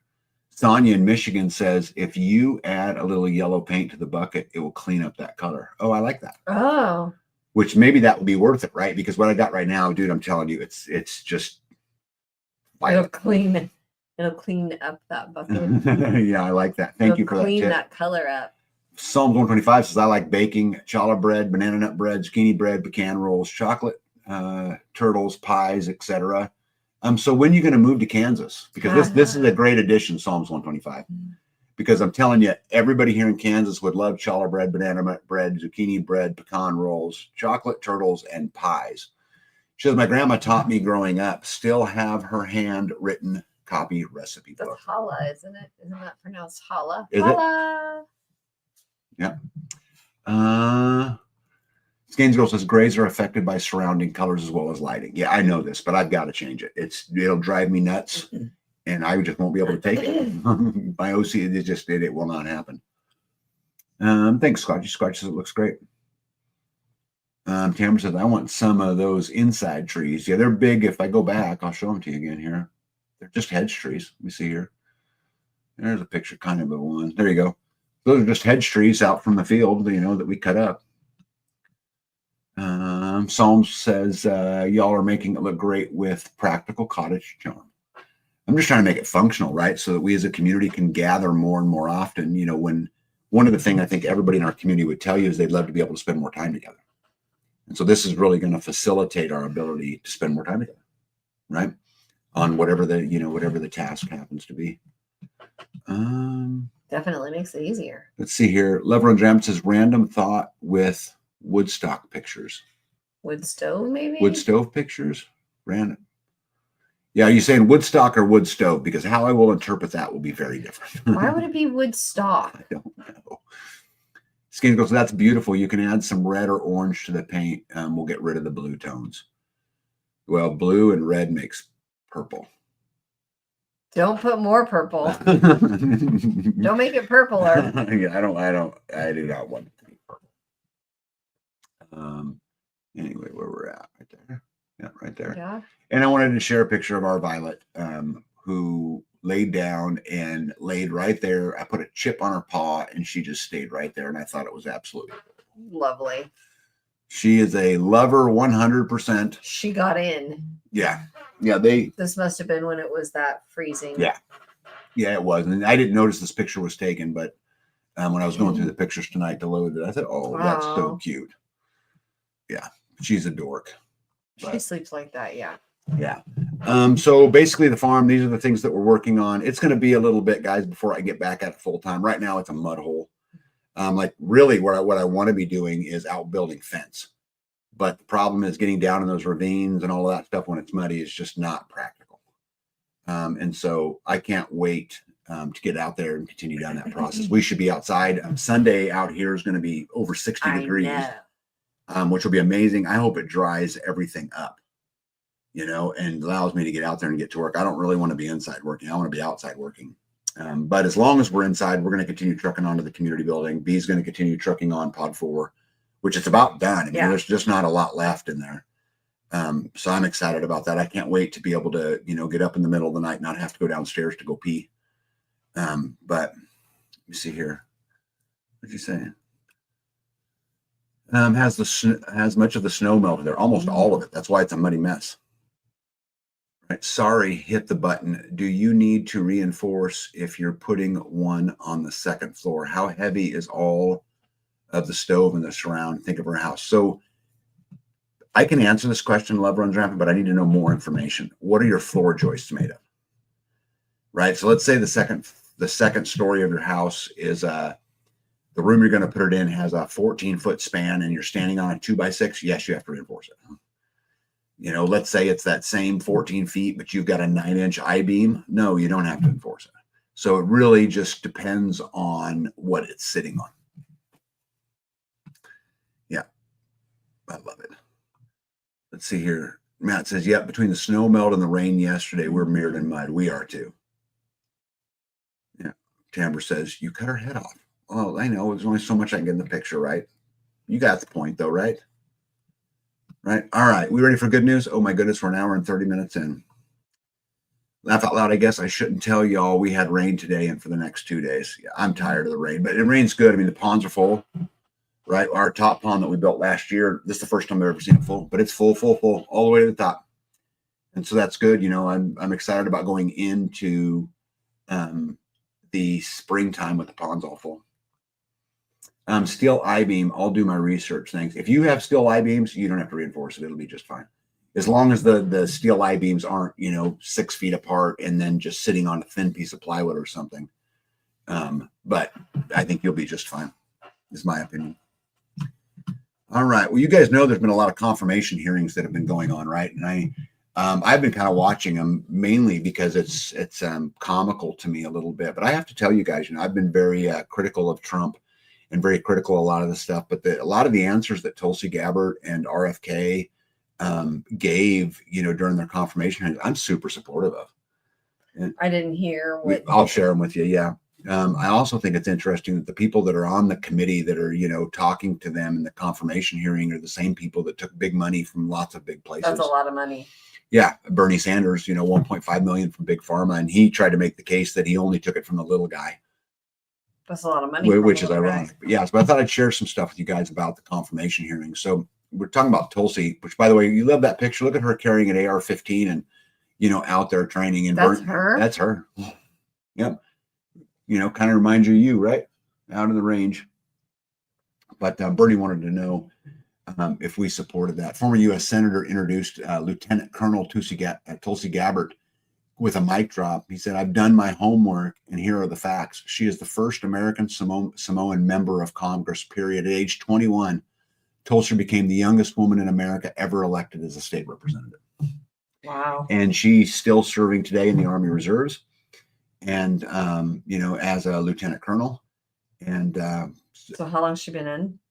I don't know. You had quite a while to get to a lieutenant colonel, but let me see here. Do your Republican colleagues understand what will happen if they vote down Tulsi? And Holly replied, I don't know. And I have to tell you that he's worried about it because there's a lot of Republicans that are probably going to go against her. But again, I absolutely loved, a lot of her responses, when they were asking her questions about, would she follow, an unlawful order by Trump and blah, blah, blah, blah, blah. She, held tight that she will uphold the Constitution. And that's where her loyalty lies, is to her country and to the Constitution. Libs of TikTok said, those who oppose my nomination are accusing me of being Trump's puppet, Putin's puppet, Assad's puppet, a guru's puppet, Modi's puppet. And what truly unsettles them is that I refuse to be their puppet. Quote, Tulsi Gabbard. And she said this publicly in her confirmation hearings. For the first time, a national U.S. audience heard about one of the greatest Nats scandals in the 21st century is Tulsi Gabbard. And this is live, right? This is going on in her confirmation hearing. Detailed the CIA's op Timber Sycamore, which armed the organization responsible for 9/11 and ultimately placed the power in Syria. Tulsi Gabbard just exposed Barack Obama and the CIA for conducting regime change operations in Syria and training and funding terrorists. And, guys, again, I'm critical and I'm going to have to see it to believe it. But I'm going to tell you something. She stood up. She flat out stood up to him in there, and she didn't back down, and she didn't, just cower to it. So I have to tell you guys that that's pretty interesting to me and pretty exciting. I Googled and found a website that says who is worth how much and where they invested. Very interesting. Yeah, it's absolutely a scam. Excuse me, Hippocrates Garden says, I love how an avowed socialist keeps lecturing on democracy. Yeah, Psalms 125 says it looks like B. It does look like B. And I'm going to tell you something. You guys know that I was a soldier, but B's a better shot than I am. Let's see who. Gregory says Tulsi kept dropping bombs. Yes, she did. Big B. Excuse me. So those hearings just showed us the swamp critters still there. They are absolutely still there. Moving on to RFK. RFK plans to remove the immunity protections of the vaccine manufacturers and to hold them accountable for the harmful vaccines. And Miss Warren, oh, thank you very much. Miss Warren absolutely came unhinged at him over this. And you suppose that has anything to do with the fact that she made $1 million last year from the pharmaceutical companies. Bernie Sanders says, vaccines do not cause autism. Do you agree? RFK said, as I said, I'm not going into DHS with any preordained. Into HHS. Into HHS with any preordained, which then Sanders cuts him off. I asked you a simple question, Bobby. RFK says, if you show me those studies, Sanders says, that's a very troubling response. RFK calls out Bernie Sanders directly to his face in the confirmation hearing. I watched this, which was amazing. He said, Bernie, you've accepted millions of dollars from pharmaceutical industries. In 2020, you were the single largest receiver of pharmaceutical dollars at $1.5 million. But the best part was the entire crowd erupted with applause. Not only does RFK call out Bernie Sanders for taking bribes from big pharmaceutical companies, but he also took bribes even after his pledge. FEC recordings confirm beyond a shadow of a doubt. A senator yelling that the science can be wrong, but we shouldn't question it because the science is now settled, perfectly sums up the absurdity of what we dealt with during COVID. In less than a minute, Bernie Sanders went from, I did not take a nickel from pharma executives to, it was only 1.5 million out of 200 million. Biggest pharma shill in Congress in 2020. He also owns 3 homes while screaming, tax the rich, hypocrisy exposed. Let's see here. Starla says, Tulsi stood firm, strong, and never backed down to none of them. She was very appropriately dressed and very professional. She especially called out Bernie. Yeah, he's had a rough week. I couldn't agree with you more. Warren was what started the Googling. Yeah, Warren had a meltdown. That was funny that they had a yelling match. Yeah. Starla says, did you see Warren go after RFK? I did. That's why I put that picture in there. I thought it was funny. Tulsi Gabbard is being pretty bold.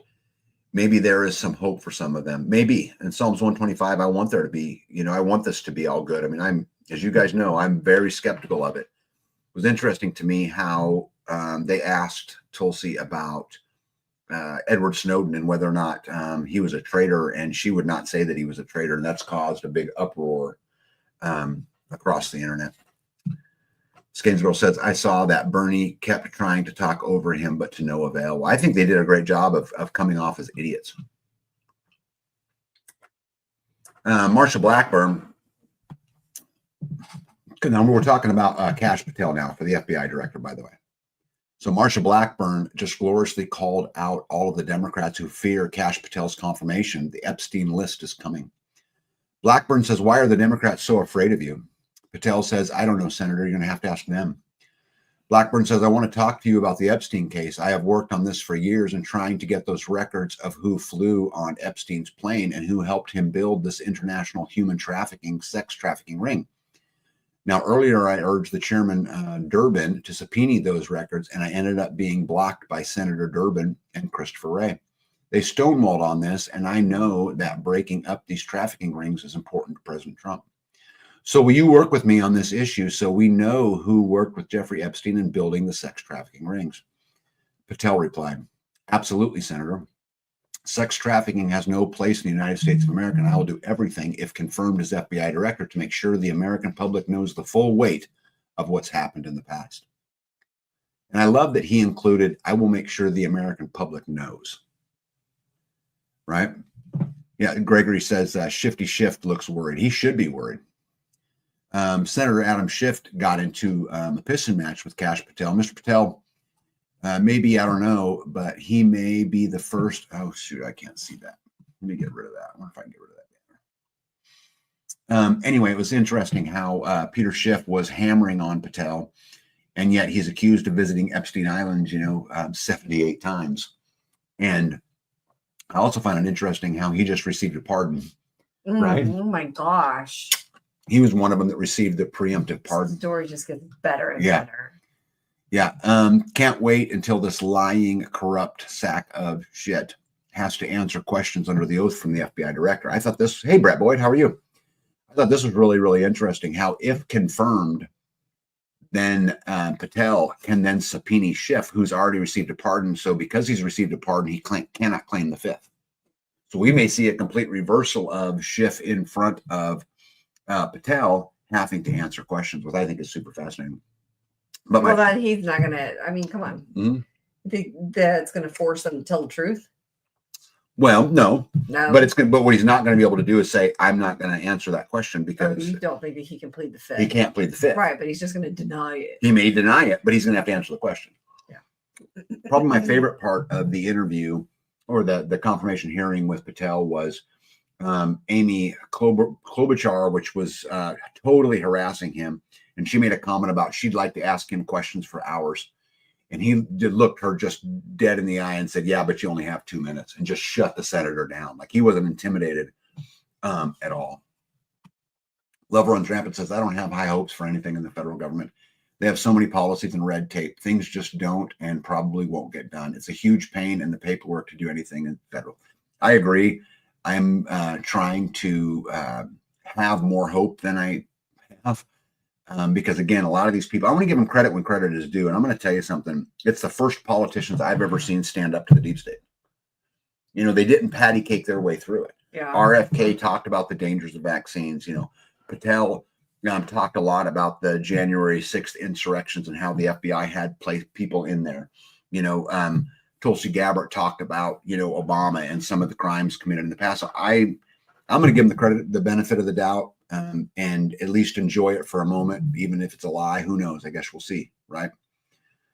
Skins Girl says, I watched some of Patel with Klobuchar. Let me see here. They let Klobuchar go overtime by 3 minutes. Then Kennedy from Louisiana said, well, that they should get an extra 3 minutes. Psalm says, the problem with that Epstein's tie is not only are the Dems, but with the rhinos and the history with Trump and Musk. Hunter, I couldn't agree more. And I think that Patel's going to have a hard time here because, again, it's going to affect both sides of the party, right? I mean, somehow they've got us convinced that by voting red or blue, we have some sort of choice. Mm-hmm. Doesn't this seem like crappy reality TV episode? We really need to understand how controlled opposition works. I actually couldn't agree with you more. I think I was telling my son, I was on the phone tonight, that it's just bread and circuses. We're just living in a gigantic circus. Brett Boyd said, if none of these people go to jail, then nothing will change. 100% agreed. And the fact of the matter is Hillary deleted 30,000 emails and nobody did anything about it on the last term. Maybe something will be different. If they are pardoned, they have to answer the question. And if they lie, then they can be gotten on perjury charges. Yeah. And I'm glad they've taken away the fifth. There's another side to this too, which is just because we pardon them doesn't mean another country can't charge them. Right. I mean, there's lots of rumors about like Fauci and Russia, how Russia wants to extradite him. And so there's other ways to deal with these things. Right. Kash Patel shuts down a frantic Amy Klobuchar after he promised to open a museum for the deep state. Klobuchar, hysterical, said, did you say that the FBI headquarters should be shut down and reopened as a museum to the deep state? Patel says, if the best attacks on me are going to be false accusations and grotesque mischaracterizations, the only thing this body is doing is defeating the credibility of the men and women at the FBI, stood with them here in this country. Senator Alex Padilla attempts to condescendingly mock Kash Patel, but utterly fails. Padilla says, so the word would be yes, Y-E-S. Can you say yes? Patel said, I can say whatever the Constitution and the Supreme Court ruled is the rule of the land. I was on the ground in service of this nation, and any accusations leveled against me that I would somehow political bias before the Constitution are grossly unfair. And I will have you reminded that I have the endorsement of over 3,000 law enforcement agencies. Massive J6 bomb tell as Kash Patel just told the world that Democrats Pelosi, Schumer, and the D.C. Mayor Bowser all refused 20,000 National Guard troops mobilized by Trump the days before the Capitol riot. And what I love so much about this is they're saying it publicly, right? Absolutely saying it publicly. And I love that absolutely a lot.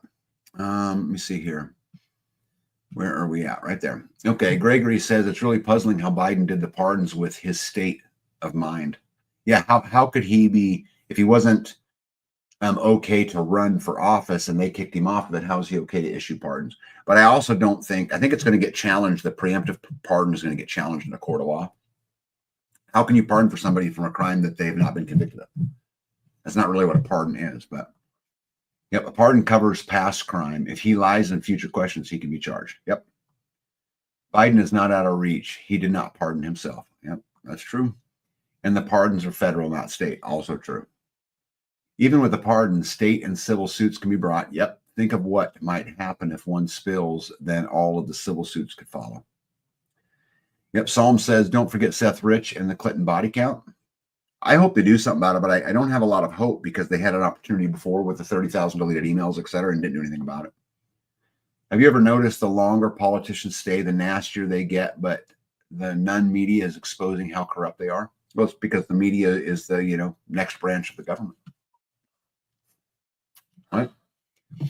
Trump is doubling down on repealing the entire income tax.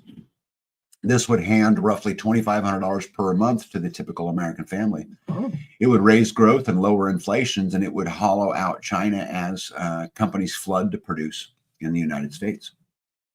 The only barrier is Congress, says PhD Peter St. Onge. I hope I said that right. Gunther Engelman says, holy shit, he wasn't joking. Trump just called for Congress to abolish the income tax. I don't see how they do it, because the military industrial complex would have a hard time getting funded without it. I would love to see it happen, but we'll see. Let's get massive momentum behind this, he says. This will be our only opportunity in our lifetimes to end the income tax. Donald Trump is talking about finally doing it. No more income tax. The income tax came in 1913. As I said in my speech last week, instead of taxing our citizens to enrich foreign nations, we should be tariffing and taxing foreign nations to enrich our citizens. Does this make sense? Says Trump. So we'll see. I don't know if they're going to do it or not. It might be all just talk, but we will absolutely find out. Winston Churchill, and in closing, said, those that fail to learn from history are doomed to repeat it. Canada and Mexico and maybe Colombia, China, Greenland, everywhere, again, face prospects of crippling tariffs that may be enacted as soon as Saturday. Those that have been around for a long time may remember that a similar period in history has already played out. So I encourage you guys to go look up the Smoot-Hawley Tariff Act that was passed in June of 1930, which added an average tariff of 20% on thousands of goods imported into the United States. Although the intent was to protect U.S. jobs and U.S. farmers, the outcome was not exactly as anticipated, but hey, this time might be different. So I would encourage you guys, and I'm not going to read this whole thing just because of time, but I would encourage you guys to, again, write that down. It's the Smoot-Hawley Act. And this is a time when they tried tariffs to benefit people, and you can read about what came out of that. LJC says they print more money than they collect in income tax. This is true, and I think they could get rid of income tax, but I don't think they will. Income tax repeal is great, but it doesn't really help those of us that don't work outside the home. I would much rather see them repeal property tax than income tax, because you could choose to buy. I don't like taxes that there's no choice in, right? And in an income tax, you can choose whether or not to work. A sales tax, you can choose whether or not to buy. But property tax, you'll never own anything. I would much rather see that, but they don't listen to me. You know, Trump's not on speed dial. So Trump says Mexico and Canada have never been good to us on trade. They've treated us very unfairly on trade, and we will be able to make that up very quickly because we don't need the products that they have. We have all the oil we need. We have all the trees you need. I don't know if that's true or not. I mean, I know we import a ton of lumber and stuff out of Canada, but I guess we're about to find out. So Trump did announce the massive tariffs at 1 o'clock today, and you've seen the stock market kind of plunge a little bit. But I think it's funny if you guys look at that red graph. See how that's all in red? Mm-hmm. The fact is, it fell 253 points, which is not that much. It's not even 1%. But you see how the visual makes it look like it does? Yeah. Yeah. Denmark has responded to Trump's demand to annex Greenland. They say they will now charge Americans a 500% tariff for Ozempic, a popular diabetes and weight loss drug. They will also offer Canadians a 50% discount. The world is collectively saying F you to Trump. I think this is hilarious. What you're telling me is you're going to combat Trump by putting a 500% tariff on a pharmaceutical drug? Like, that's the fight? You're going to lose that, right? Also, so you know, Senator Ron Johnson has officially subpoenaed the HHS for Anthony Fauci's emails. So that has begun, and we'll see where that goes. Donald Trump told you all today that it's a chess game being played at the highest levels. Who has to make the final move in order for there to be a checkmate? I think this is a super powerful statement, because for Trump to say it's a gigantic chess game tells you there's a big chess game going on, right? And look at all of the stuff that's going on right now. I think there's sabotage going on, trying to hurt Trump. I think they're all probably they're trying to kill him. I think they're all probably playing that, right? Hey, RN, good night to you. Media is Operation Mockingbird, lies, half-truths, no coverage, trying to hide the real stories, distractionary tactics. Brett Boyd said, tag months ago, I told you tax and insurance was another form of control. 100%. I couldn't agree more.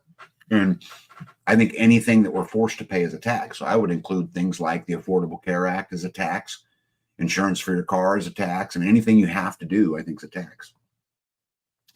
Tag, y'all need an amendment to your state constitution to require a public vote in order to raise property taxes, and by how much? Yeah, I would love this because it would be a step, but I think it needs to go even a step further. There needs to be no property tax. I don't think we can win the no property tax argument, but I think we can win there should be no property tax on after retirement age. Now, you could have conditions on it. You could say you have to have lived there at least 5 years or whatever, but there's no reason why old people who have paid their house off many, many years ago or whatever it is have to risk losing their farm, their generational farm, or their house because they can't. Social Security, which is a whole nother freaking scam. You pay in your whole life. If you just let me invest the money, I'd have made way more money on it. Well, you're going to get a portion of it back. But because the portion they give you isn't sufficient to keep up with the taxes, now you have to give your farm up. You want to talk about a scam. I would love to see that happen, but good luck, right? You guys, I'm sure, seen the plane crash that happened in Washington, D.C. I've been reading a lot about it. Trump tweeted that the helicopter was flying too high. There was a bunch of reports about CNN having pre-written articles 5 or 6 hours prior to the crash. The problem is I don't know if it's true because by the time I seen it, it was after the crash. So I don't have any idea. Senator Mike Lee said something's very wrong with this. A U.S. military official told NPR on Friday that at the request of the family of the Army is not going to release the name of the female member of the 3-person helicopter crew. The official was not authorized to speak publicly on the matter. I watched President Trump news conference. And this is Chuck Schumer, by the way, so keep that in mind. But he said, I watched President Trump's news conference on a heartbreaking, horrific accident in D.C., and I have to tell you, it's one thing for internet pundits to spew up conspiracy theories. It's another thing for the President of the United States of America to throw out idle speculation as the victims are still being recovered. Lockheed Martin, I will tell you guys, has had a program for quite a while where they can fly these Black Hawk helicopters remotely where they don't need a pilot. I'm not suggesting that's what happened, but they can absolutely do that. I also found it interesting that Secretary of Defense Pete Hegseth revealed that the military chopper involved in the Washington, D.C. crash with an airplane was on a continuity of government mission. I don't know if you guys know what continuity of No. government is, but it's how does the government continue in a catastrophe? You know, how do you evacuate the president, or how does government continue to operate? And so to me, it's fishy. Again, I've watched the video a whole lot, how that helicopter flew straight at him, didn't veer off, didn't anything. We don't know. I mean, only time will tell. I was hoping to read the list of the passengers on both the helicopter and the plane, because maybe that would, you know, tell us something. But I have not seen it.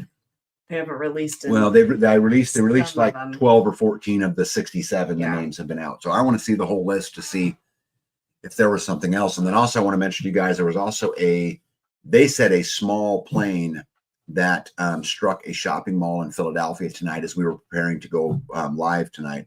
So I don't have any slides in here on it, but another plane goes down, and I was watching it, and man, it sure looked like it was hauling butt before it hit the ground, and the explosion was huge.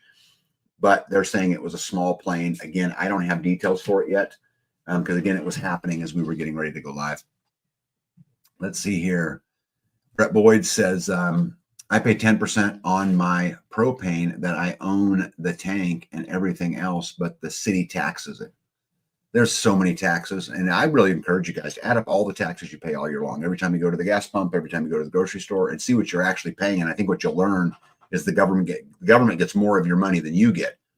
But the story gets worse, because then you take what's left over. Let's say you get 47%.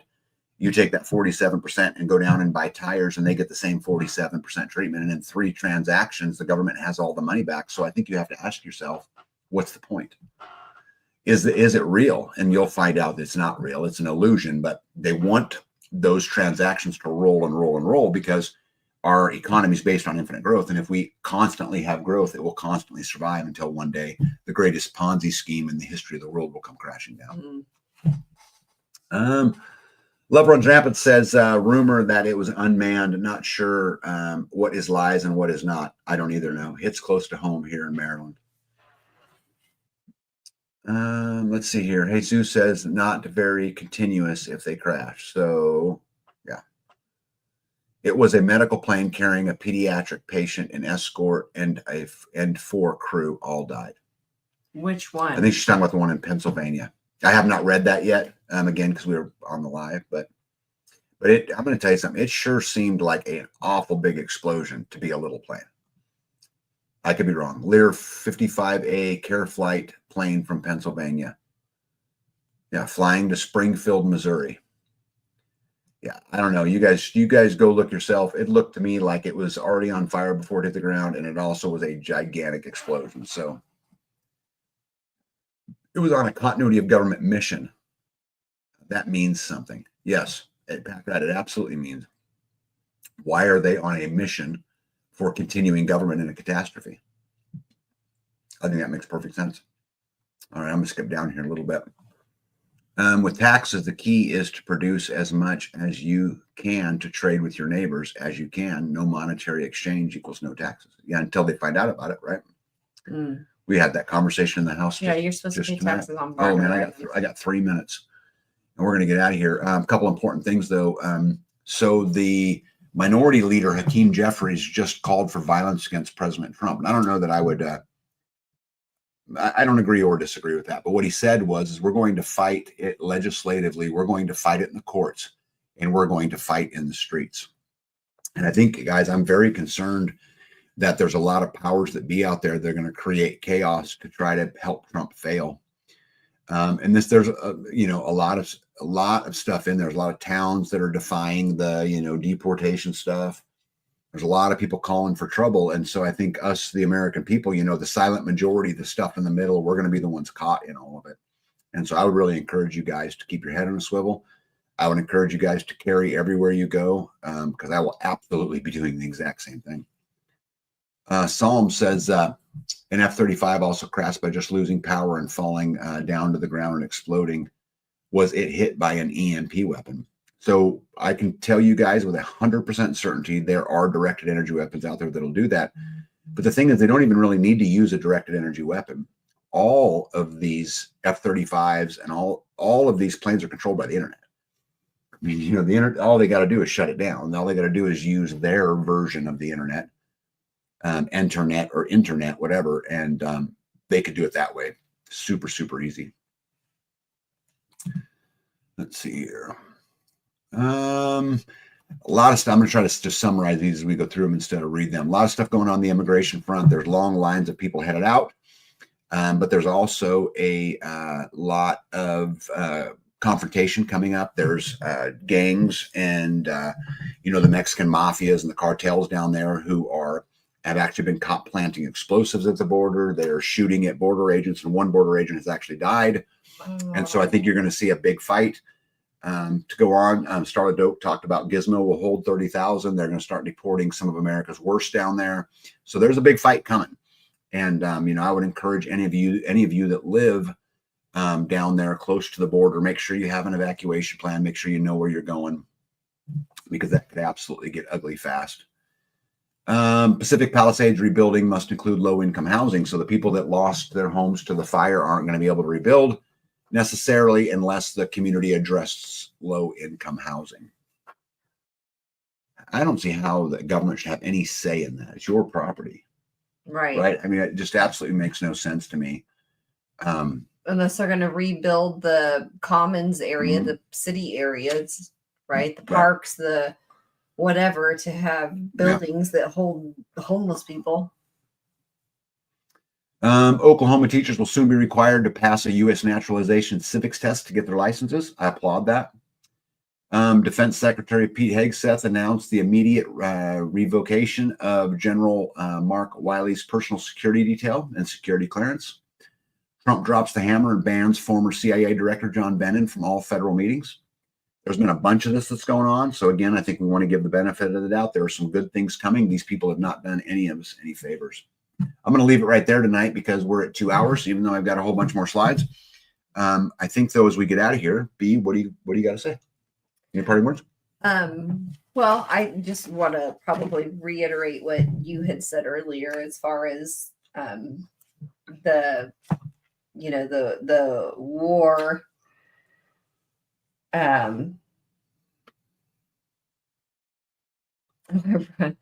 My writing, I tried to scribble it real fast as you were writing, and I was like, what the world did I just write?